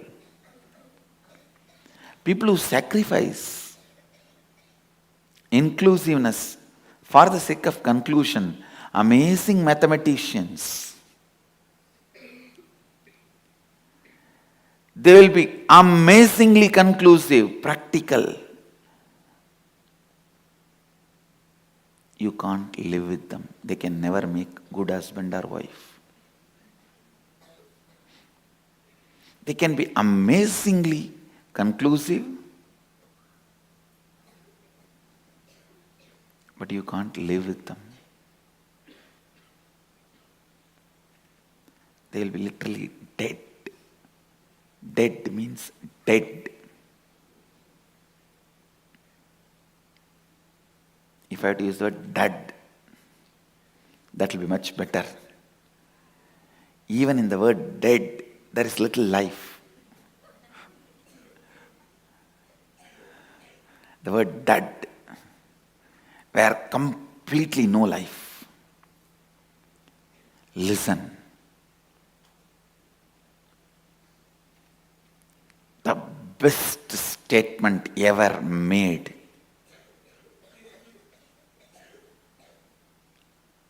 With the ultimate inclusiveness and conclusiveness is this one statement. Isha Vasyam idaggun sarvam yatkincha jagatyan jagat.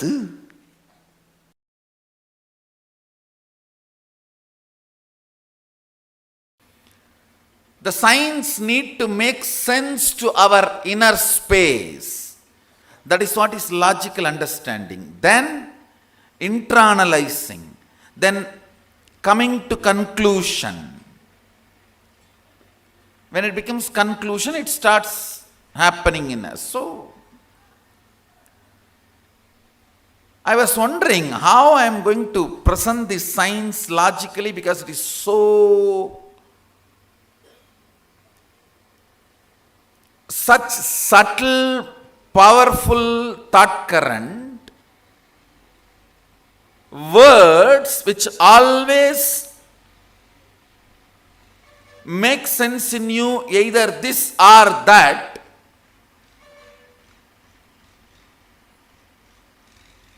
Understand these words. Words have such big difficulty. It always conveys to you this or that. But the most subtle thought currents cannot get controlled by this or that.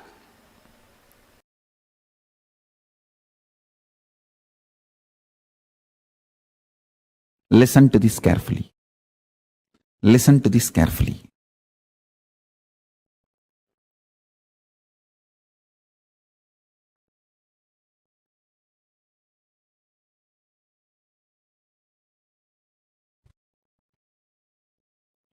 Even functioning in a understandable logic is a kind of a oneness.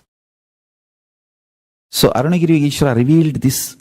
It's a too subtle sacred secret. Listen.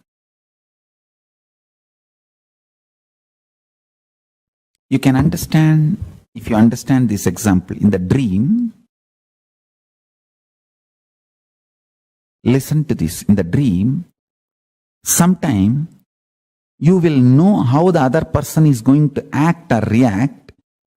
You will be talking for yourself. You yourself will be internally thinking that this is the way he is going to act, and exactly that's the way he will act. Actually, you are only acting as that person also. It is like a different balloons with the same air. If you have experienced this state which I am talking, you can understand what I am talking. If you just experience this state I am talking, where in your dream, you talk for yourself, you talk for the person about whom you are dreaming, both. If you have had the taste of that state, or sometime in the satsang, when you are sitting deeply connected with me, you just know the next statements I am going to utter. And you will literally think this is what Swamiji is going to utter. And exactly I will be uttering the same statement. If you have tasted that state, if you have tasted these two states, you can understand what I am saying.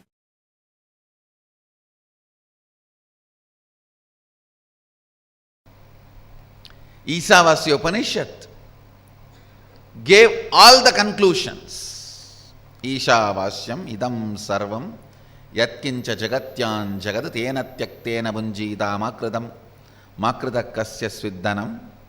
All conclusions.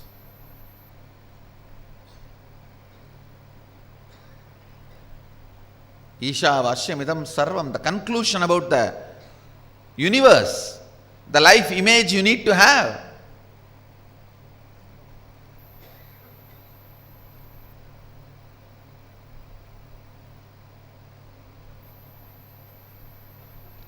Ishavashyamidan sarvam yatkincha jagatyan jagat tena tyaktena bunjitama kridakasya sviddanam. Means the second statement is the conclusion, the relationship you need to have with the universe. Everything is part of you, be part of it. Not having an individual I and mine, celebrate the whole. The whole Isavasya Upanishad, if you see, conclusions, that's all. Conclusions. If you just pick up the conclusions declared by Ishavasya Upanishad and start living, cognizing, you are done. Nothing more need to be done. You are a Jivan Mukta.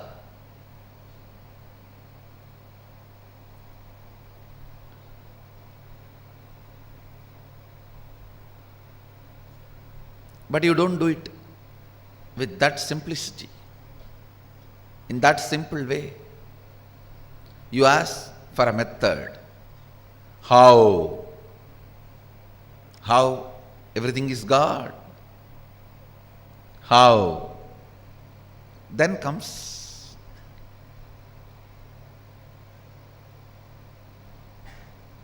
the answer from Upanishad.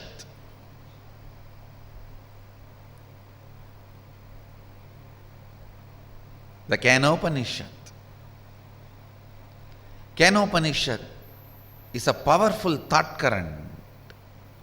I should say thought currents, because few more are presented in this. Powerful thought currents. The first thought current presented in Kenopanishad is seeking. Keneshitam patati preshitam manakena prana pratama praiti yuktaha keneshitam vachamimam vadanti chakshushrotram kavu Devo Yunakti.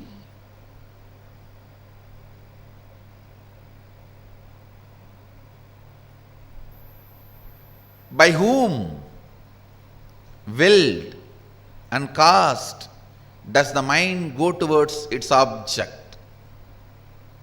What a question.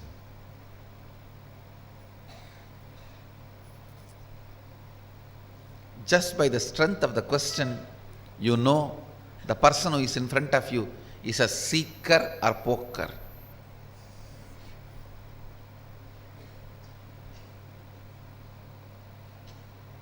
Or just an empty cooker.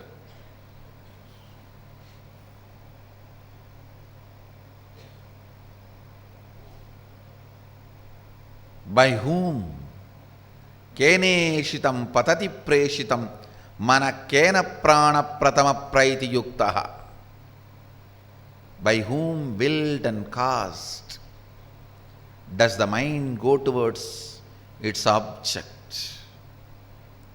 By whom, directed and united with which, does the first vital life energy, the chief cause, comes forth towards its activities?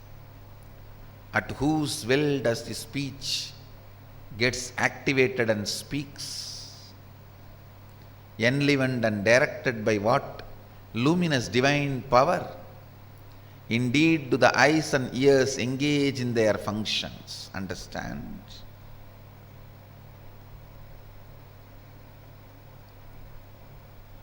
The moment you remember you,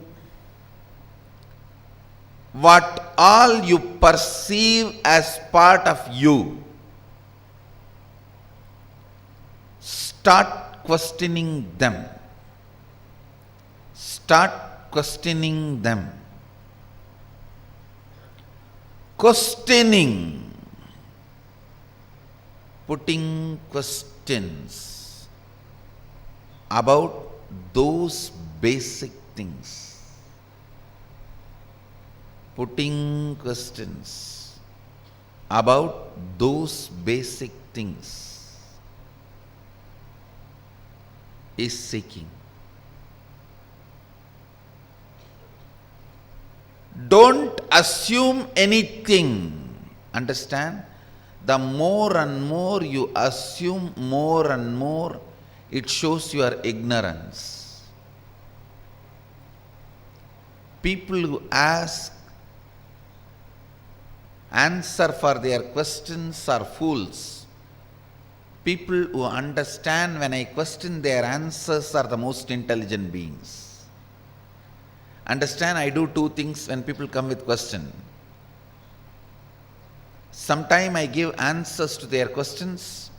Sometime I question their answers. When you put a question, you have certain answers in that question. You have certain conclusions. Based on those conclusions, you put the question.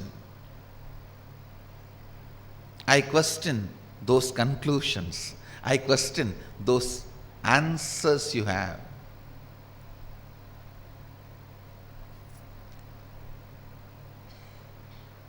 Understand? I am defining seeking. Seeking is having questions without any assumptions as foundation. Non-assumption questions, non-assuming questions is seeking.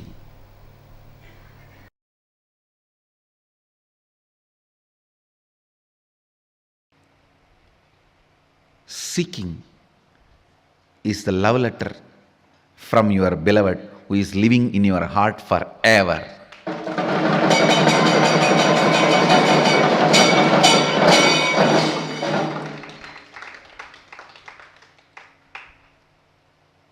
If you miss that, you may have to wait for ever and ever to get the second letter.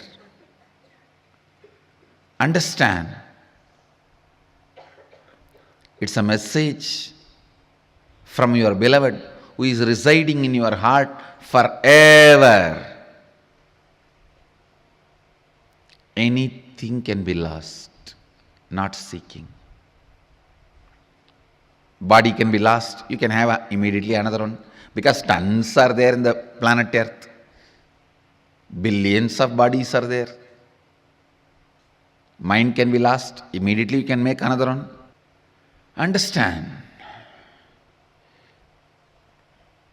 anything can be lost, you can get it, not seeking. Constantly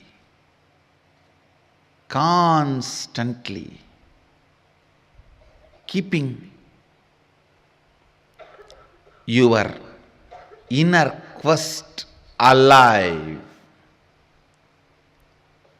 keeping the basic questions alive till they become experiential answers, not intellectual, experiential answers. What am I doing? Every day, what am I doing? What I am doing, is it exactly moving me, pushing me towards where I am supposed to reach? What am I doing? Where am I going? What am I doing? Where am I heading?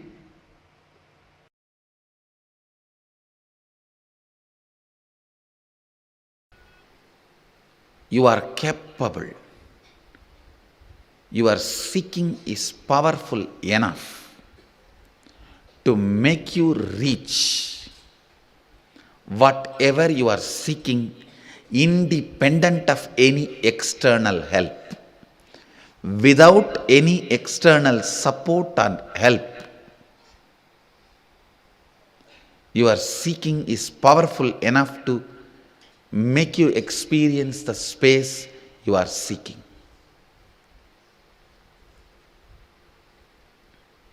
Meditate on this. Just meditate on this one truth. If this one truth clicks with you, that is enough. I can guide you into this 400 powers of Mahadeva. What 400 powers of Mahadeva? I can guide you guys into Mahadeva himself.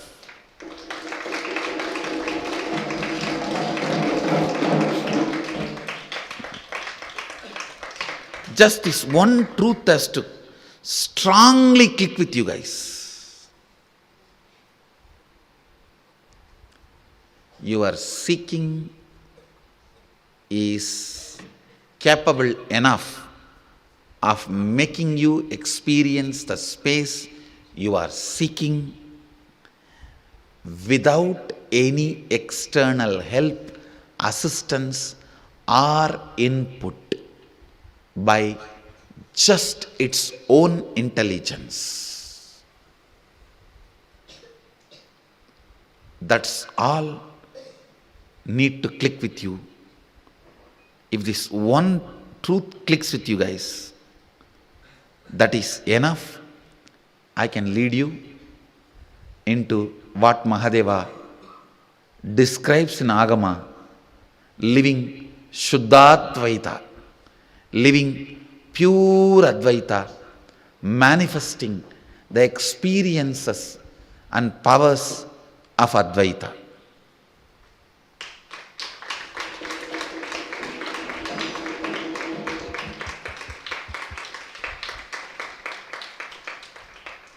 Manifesting experiences and powers of Advaita.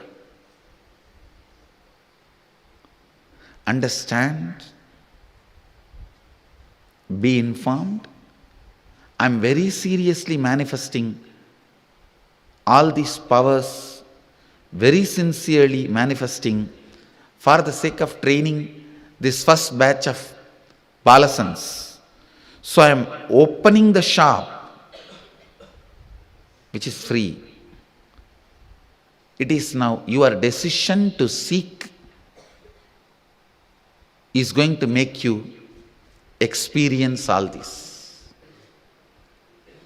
Listen, I am opening it. Now your decision to seek will make you experience it. That is why I am saying, meditate on this one truth. Tonight when you go and lie down, see, I will describe seeking in a much more practical sense.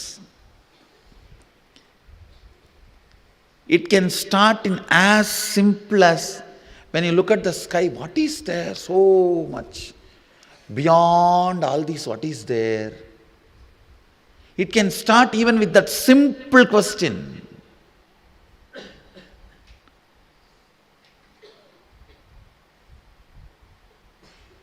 Any question you have about these four: universe, self, God, and universe which you are perceiving, nature. The part which you are not perceiving is universe. The part which you are perceiving is nature. So let me repeat. Any question you have about universe which you can't perceive, God, self, and nature, Prakriti. In these four, any question you have about these four can provoke seeking in you, can invoke seeking in you. Go behind that question. Decide to align your life with the answer you are finding. Listen. Having deep question about any one of these four or all these four is seeking. Deciding to go behind the answer is courage. Deciding to align your life to this answer by renouncing unnecessary things is vairagya. Understand? Having questions about these four is seeking. Deciding to go behind the questions is courage. Deciding to leave all the other unnecessary things behind and align your life to the answers you will discover is Vairagya.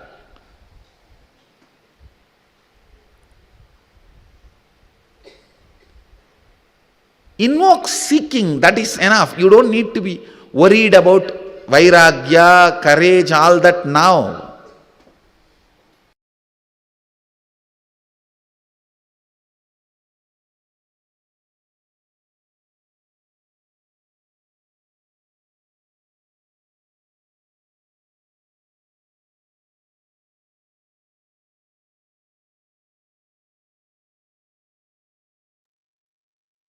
Swamiji so beautifully revealed this truth to us. Understanding about how we are Paramashiva. Whether you are deluded,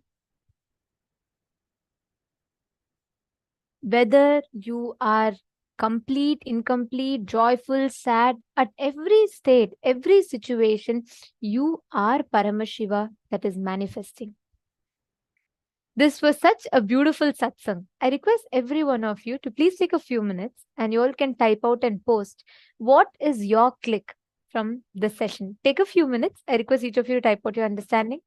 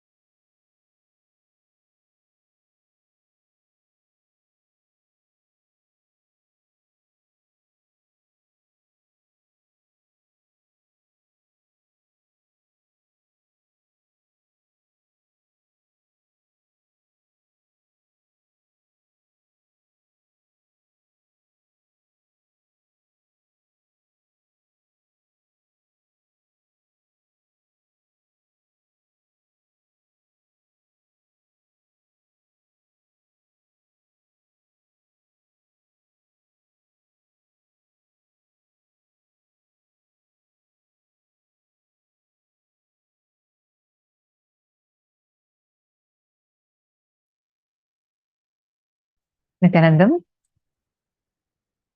we had a series of powerful cognitions and revelations.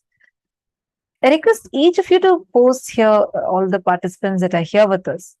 What is the click that you had when Swamiji revealed about, like, because this cognitions that we learned now and what we learned yesterday, all of these together are so important for us to be prepared with, especially for today's darshan and the session. Swamiji is going to be initiating and blessing all of us with very powerful cognitions, like how Swamiji explained to us from a scene from the Interstellar movie. Swamiji took that as an example and explained to us in a very powerful way.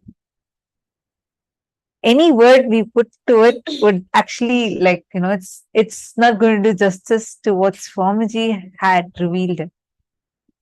How our own path, like Swamiji said, he is talking to his deluded part, which is us, and our future enlightened part is Swamiji. Actually, this is clicking in multiple levels, right? I request you all to take a few minutes and please post what are the clicks you are getting when Swamiji gave the example of how Cooper gives Murph his watch from the inside of the Tesseract, just the fifth dimension. And he sends a message using Morse code through that watch, like how the clicking of the seconds hand in Murph's watch. And that's exactly, he's actually transmitting the quantum data that can potentially save humanity. Swamiji said, like that, he is having his Atmalinga, and our Atmalinga is that watch that, like how Cooper is giving to his daughter Murph. Like that, Swamiji has blessed us all with our Atmalingas, which is directly connected to Swamiji's Atmalinga.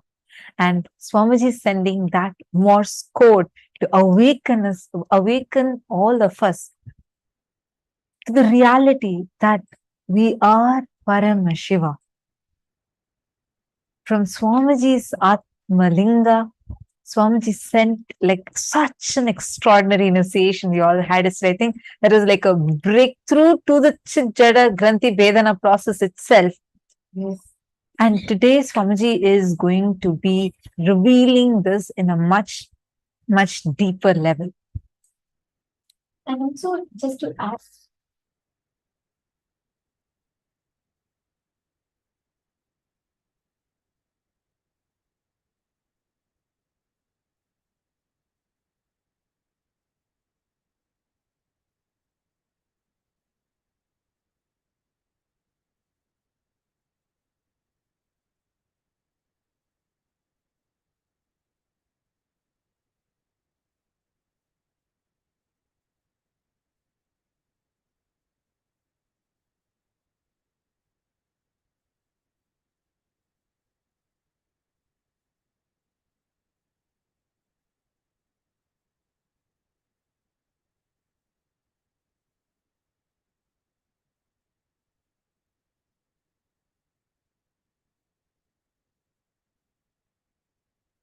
exactly.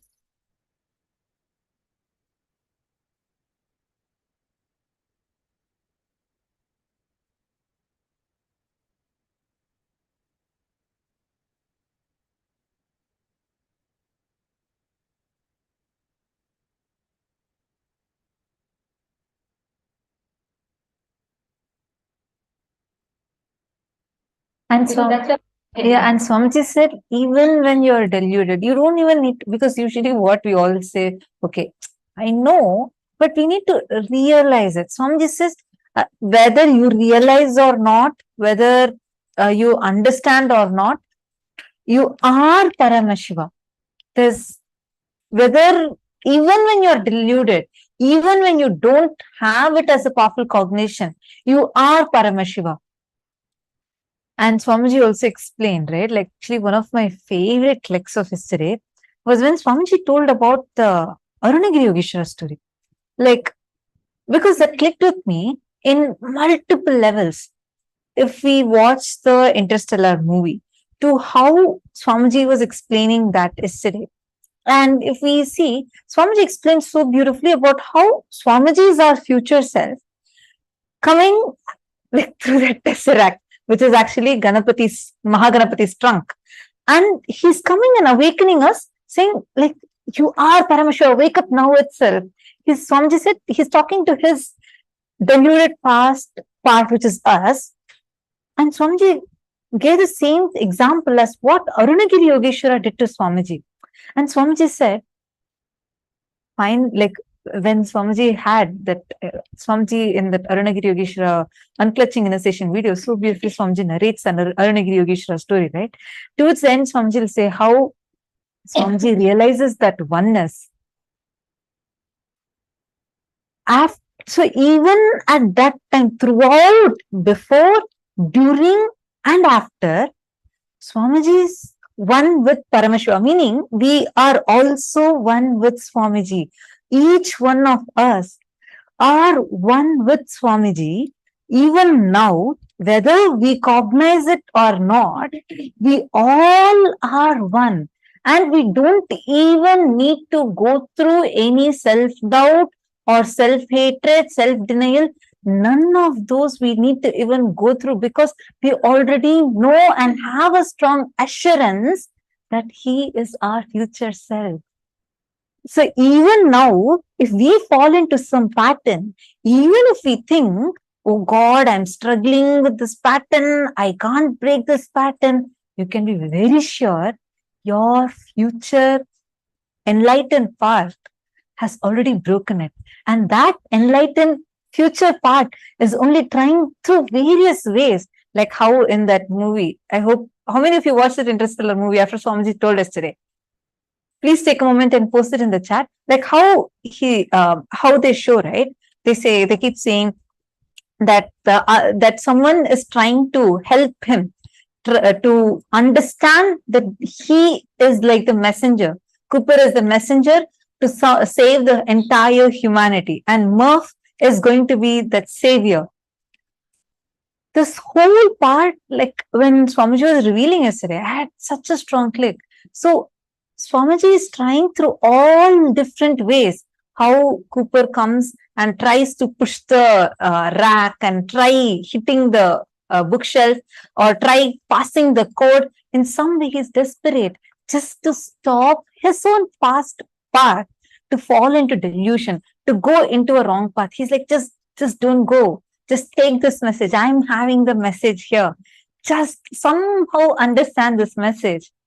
And that message is what Swamiji is giving to us.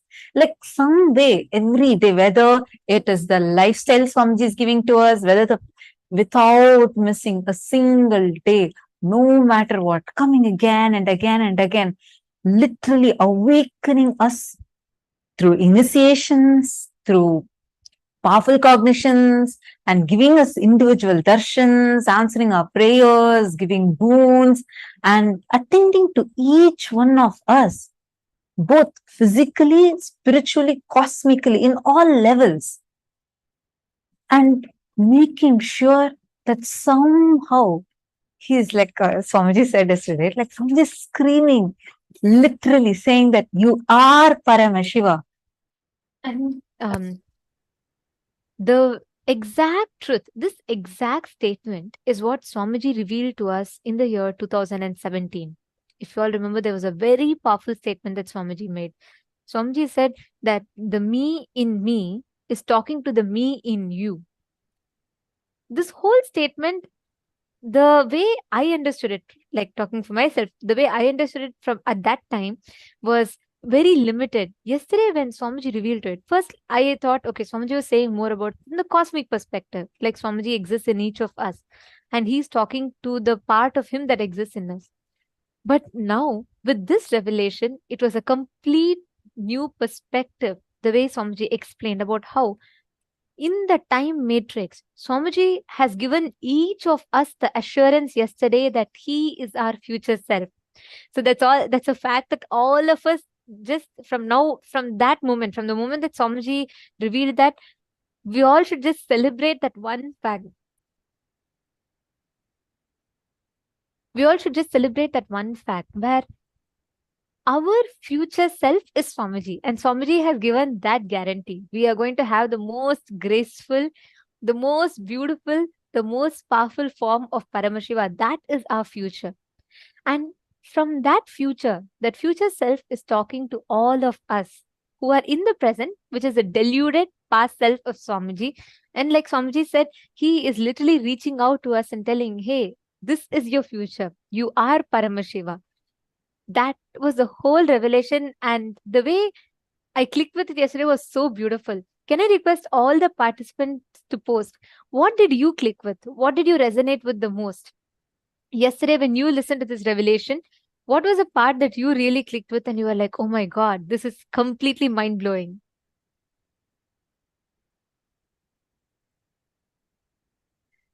Yes, Sri Nitya Gurupriyan, you are seeking you have the fundamental right to think, experience, and live as Paramashiva.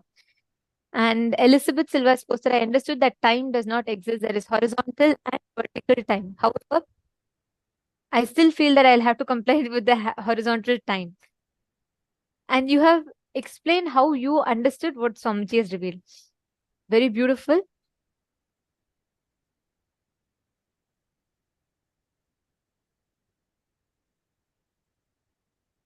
Come on, all the others, Ma Vinuta Nagaraj and all the other participants, can I request every one of you to please take a few minutes and post what you understood from yesterday's session. What was the part that you really clicked with?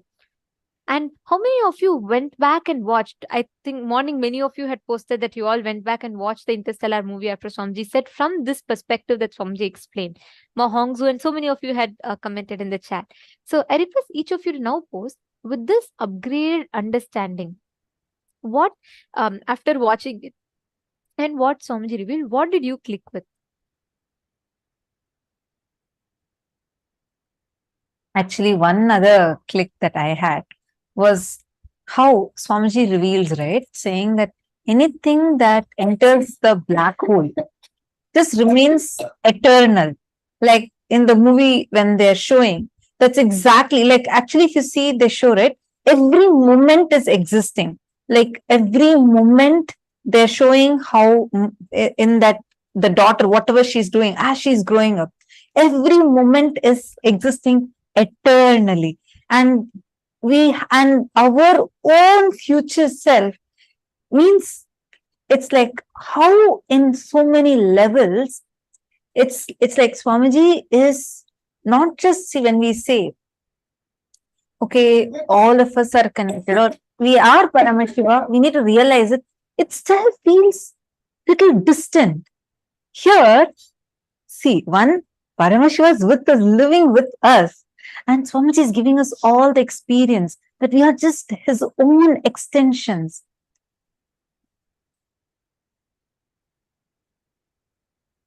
Mahedi Shlaka has posted your future enlightened part, which is me talking to my past deluded part, which is you. So I am talking to me, you are listening to you. Yes, that's what Swamiji said, right? What did you understand by it? Can I request each one of you, take a moment and please post what are the clicks you had?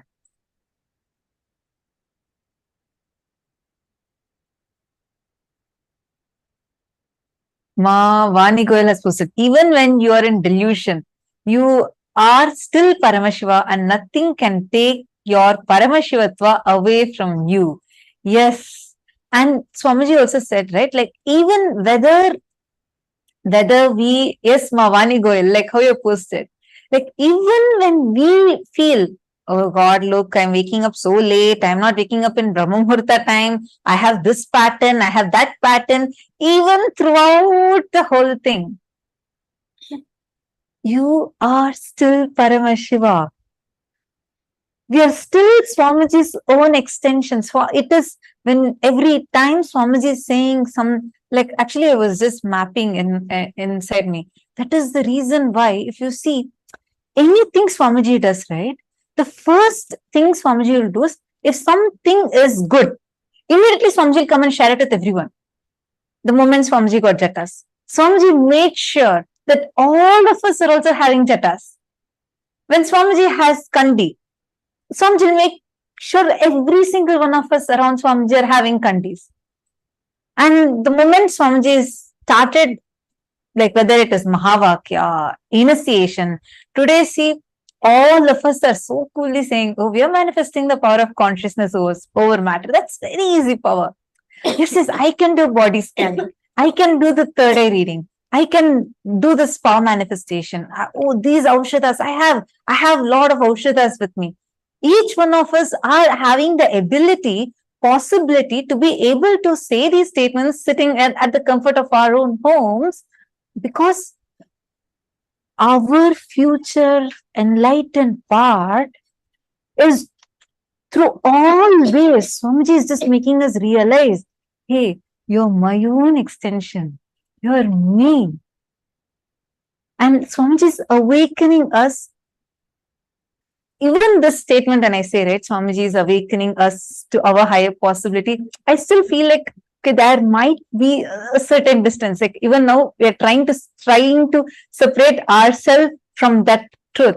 But if you see, like what kind of things Swamiji is doing continuously for us, I'm clicking with, seeing how Swamiji is only trying to send us all that Morse code, trying to say every moment, it's like a message. Swamiji is continuously sending it to us through different ways, just to make us realize that we are Swamiji's own extension. Ma Vallini Subbaya has posted, he is me, I am him. Ma Sonia Rao, we are Paramashivam. And Ma Sonia Rao has posted, I'll rewatch it soon. We all need to watch it at least a few times for us to be able to even grasp it, right? I mean, the moment we start even trying to chew it, it just gives a much deeper click again and again and again. Actually, just by cognizing these truths in our inner space will expand. Even when you read it, even when you listen to it, the whole inner space will just expand. Is it not? I am seeing one of the participants have posted.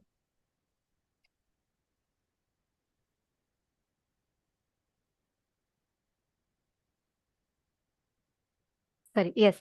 Anand Mahapurana has posted that when I heard the translation of Swamiji's message, my inner space was expanding and congratulated. I was super happy and I am still. Swamiji is talking to Swamiji. Paramashiva is in me. I'm listening to me, Paramashiva. The way each of you have clicked and the clicks that each of you are sharing is so beautiful. Can I request each of you to post this clicks? Many of you are posting it continuously on the Zoom chat, which is very nice to see. Thank you all. Thank you so much for posting. I request each of you to take a minute or two, and can you all head to your Facebook and please post this click from Chin. You can tag Swamiji, and I request every one of you to take a few minutes. You all can make it as a post on your respective Facebook profiles. Can I request each of you to please head to your Facebook? Just post this, because even listening to one part of this truth, so many people can have amazing breakthroughs. Even listening to our understandings, because what Swamiji has gifted yesterday is a phenomenal science that Swamiji has revealed to the whole humanity. Just to cognize this, the time matrix that Swamiji explained, and to know how this, what we see in the movie Interstellar, Swamiji explained the depth of it, the reality of it. Interstellar, whatever said and done, was one extent of a human brain's imagination or perception based on what science has discovered so far. What Swamiji revealed yesterday was Paramashiva's own description from the reality. Like Swamiji is there. He is already there. He's seeing, he's gone. He's done the whole travel and he's already there. He's gone through the wormhole, whatever we call it scientifically. And Swamiji is telling. So it's a realistic description. And I request every one of you to take a minute or two to share that revelations of Swamiji on your respective Facebook profiles. Actually, literally what Swamiji is doing to us, that's what Swamiji says, right? Swamiji has done all the tapas needed for us. The tapas Swamiji did, whether it was doing the parivrajaka, going through intense sadhanas, doing intense tapas, all of that was not for Swamiji's. For Swamiji was an incarnation. Swamiji is an avatar. But all the tapas Swamiji did was for us. And even now, whatever he's doing is for us. Actually, this statement that Swamiji is doing all the tapas just for us is speaking to me in a completely different level. For us to realize, for us to cognize and experience is why Swamiji is doing all the tapas, just to make us all experience that, what he's trying to scream through the tesseract. And literally that is why what can take years of penance, sadhana, and only then you can manifest that also only as a small siddhi. Today you are manifesting it as powers. How? Because literally Swamiji through a wormhole. Wormhole is what bends time so that you don't need to, like if it takes, let's say 1.5 billion light years to travel from our galaxy, Milky Way galaxy, to the right next galaxy, which is Andromeda galaxy. If it is taking 1.5 billion light year is the time light takes to travel, the distance light takes to travel in the speed of light, what it takes for 1 year. And that 1.5 billion light years can just be condensed to, let's say, a few minutes. That what can bend space and time and traverses from one dimension to another is scientifically called as a wormhole. That wormhole is what Swamiji is creating for each one of us, which is why Swamiji has already done all the tapas. And Swamiji is literally taking us all through that wormhole to give us all the ultimate experience, which is why you and me and everyone around the globe are able to have our third eyes awakened, able to manifest powers, even though we didn't do any other sadhana, any kind of effort from our side. How come all these powerful cognitions are clicking in us? It is because literally through the wormhole, Swamiji is transmitting us from the dimension we are in to the highest dimensions. Whether Swamiji is raising us to the highest parallel universes, taking us to the higher and higher lokas. When we are able to experience ourselves in the parallel universe, how is that happening? Without you even having to do any effort, nor having to wait for so many light years away. How are we able to experience it? Because the kind of, it's like the initiation which Swamiji is giving through the wormhole and the kind of tapas he is transmitting to us without us having to go through any tapas at all. Now we all are going to be experiencing darshan very, very shortly. I request all the participants to please settle down. Now we are going to be chanting the Dhyana Shloka. Today we are going to be having the Dhyana Shloka of Bhagavan. Today we are going to be having the darshan of Bhagavan Chandisha Anugraha Murti, Kirata Murti, forms of Paramashiva. Chanting the Dhyana Shloka, we request all of you to please sit straight with your head, neck and spine in a straight line.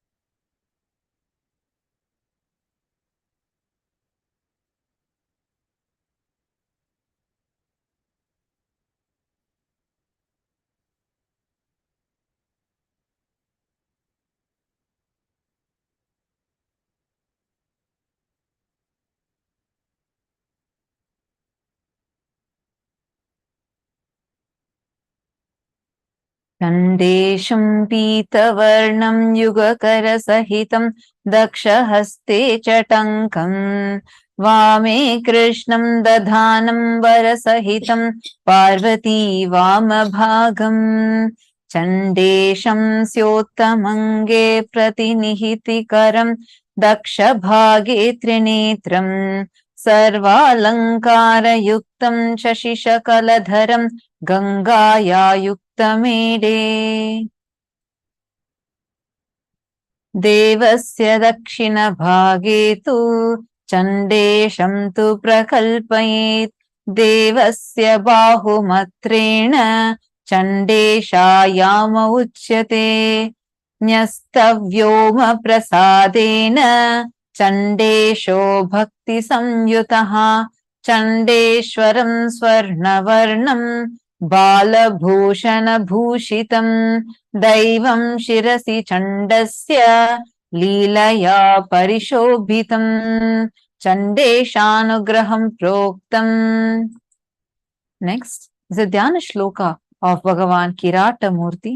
Chaturbhujam Trinetram cha Jata Samyutam Sarvabharana Samyuktam Divyabhara Samayutam Dhanurbana Yutam Raktam Krishna Parashu Samyutam Upavitam Samayuktam Samabhagam Tanukuru वामे गौरी समायुक्तं दक्षिणे त्वर्जुनस्थितः अर्जुनस्वरूपम् एकवक्त्रं त्रिनयनं जटामकुटसंयुतं सर्वाभरणसंयुक्तं कृताञ्जलिपुटं स्थितम् एवं कैराटमाख्यातम्.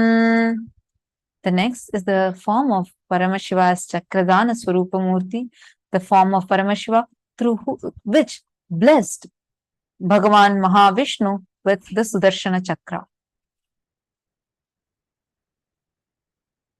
Vishnustvīša purastitho ajalikaro devasya padabjayoho samstapyakshilat sumvalya manisham pītambaram kaustubham yastasmai daya param pashupatim padmakshaityākhyaya tankam krishnamrigam varam chadadhatam चक्रप्रदं तं भजे एकवक्त्रं त्रिनेत्रं च जटामकुटसंयुतं दधमेनं च परशुं वरदं चैव वामके दक्षिणे चक्रसंयुक्तं दातृरूपमिहोच्यते देवस्य वामभागे तु श्यामरूपं सुसंस्थितं सर्वाभरणसंयुक्तं पीतवस्त्रोत्तरीयकं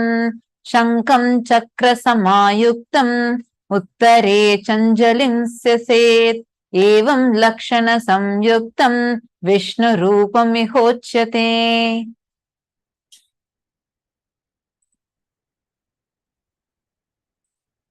All these forms of Paramashiva are the forms that have blessed and showered the devotees.